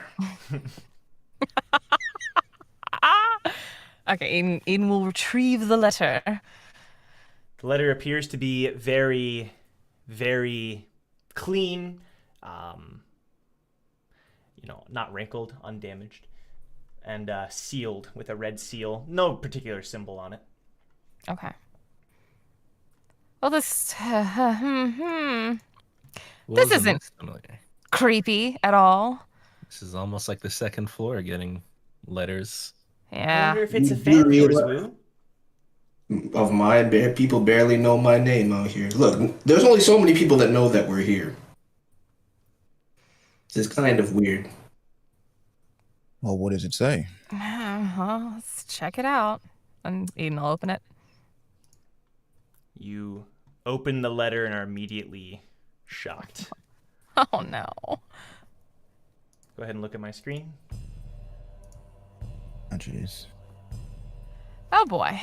There's blood, of course. There's blood. Whoa. What? Wait, what did I say? Hold on, slow it down. I knew. Flux Fault, Queen of Ice here, second daughter of the Father, address this letter to the ones who will make the traitors, our strives and our woes and the pain and sorrow. I realize that. Hold on. Whoa. Bring that back. Spoilers. That was nothing. No one's allowed to look at that. There we go. Oh God. Bring the image back, bro. You look at Yeah, this I gotta letter read and that. are just immediately shocked. All right, first off, did she have to get so much blood on it? And I with know. that, we're gonna end today's episode. No! Oh my god, are you kidding me, bro? You can look. Wait, let me make sure I have this right. If you want a better image, you can look at the first image that I posted in the images of our Discord server. Only the first one. Viewers, you're not allowed to go back to that part and pause. That's not allowed. If I see it, I swear, I'm coming after. Bro, you have to edit that part out then. Yes, I know. Can't be trusting people to do that. Not a big deal. What in the world is this?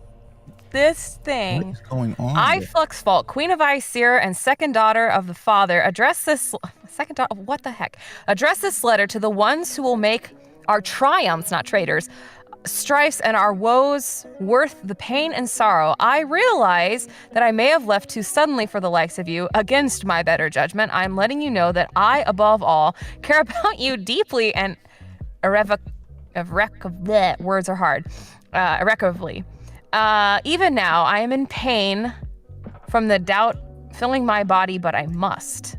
Eden, one birth of flame. The heck? Lo Po Bia Wu, king of the wilds. Kun Jong Se, the one whom death defied. Damien Frog, the monster of my heart. Brac the Great Child. Hey, where's Brac Bronson? His last name is Bronson, okay? Gods of the tower, I worship thee. I adore thee. My own body, my own soul, not yours. Not yours, not yours, not yours, not yours, not yours. Oh, golly. Look, And we've so- all played Doki Doki Literature Club. We know what's about to happen here. Okay, and then on the side it says Father Mrs. Yu And Pine. and Pain. Pain. Thank you all so much for watching this episode. Don't forget to leave a like before you go. We'll be back next week for episode 31, which should be the last episode of the arc. We'll wrap it up next week. You don't want to miss it. Lots of stuff coming up. Exciting things. Hopefully you enjoyed the episode. I think it went really well. It was very fun. Any thoughts from the cast? Yeah, bro, you could turn the ominous music off at least. Let us know. I have so many things I need to do next episode. So many. Oh my gosh. I'm not gonna lie, this look like Fluxbalk is in peril. I think Fluxbalk is in trouble. I mean, can we confirm that it is blood and not strawberry jam? Nah, that's blood. That's dripping. I'm just like, why she gotta put so much on it, bro? I don't think she did. I think she did. I have a feeling. I mean, maybe she was killing people. What, she as accidentally was dropped her jar of blood on the letter? Is that what you're insinuating? No, I'm thinking she wrote it and it got damaged and she was able to get it away at the last second. I don't know. Nah, she crazy. She put that there on purpose. Not unless old Top Hat Jimmy pretty much, found her. Caught her. Bonbon Frezio, if I recall correctly.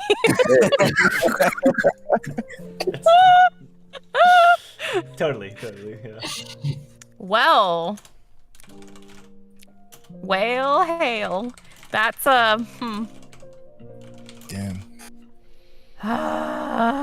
This was a lot of fun. This was a lot of fun. Lot of story. Good episode. Lot of story. Damien development out the wazoo. I know. Fire I gotta check in with Jeong. I gotta check in with Damien. I gotta check in what Victor was up to all day today. I'm concerned. Yeah. Jeez. We'll see. We'll see next week. Don't forget to leave a like. Follow all these people down below. Oh, I was wondering if we were still alive or not. Oh, we're still live. We're still live. I stopped waiting, so I came back. I'm like, are we live? We're still What's going live. on, man? Any like announcements from anybody? Any upcoming things going on? From anyone? Sure, no worries. Tomorrow I will be streaming in the Discord server and on Twitch, I think. I'm thinking of doing like a dual stream thing, kind of like to get more people to join the server. I'll be playing Pokemon Reborn finally.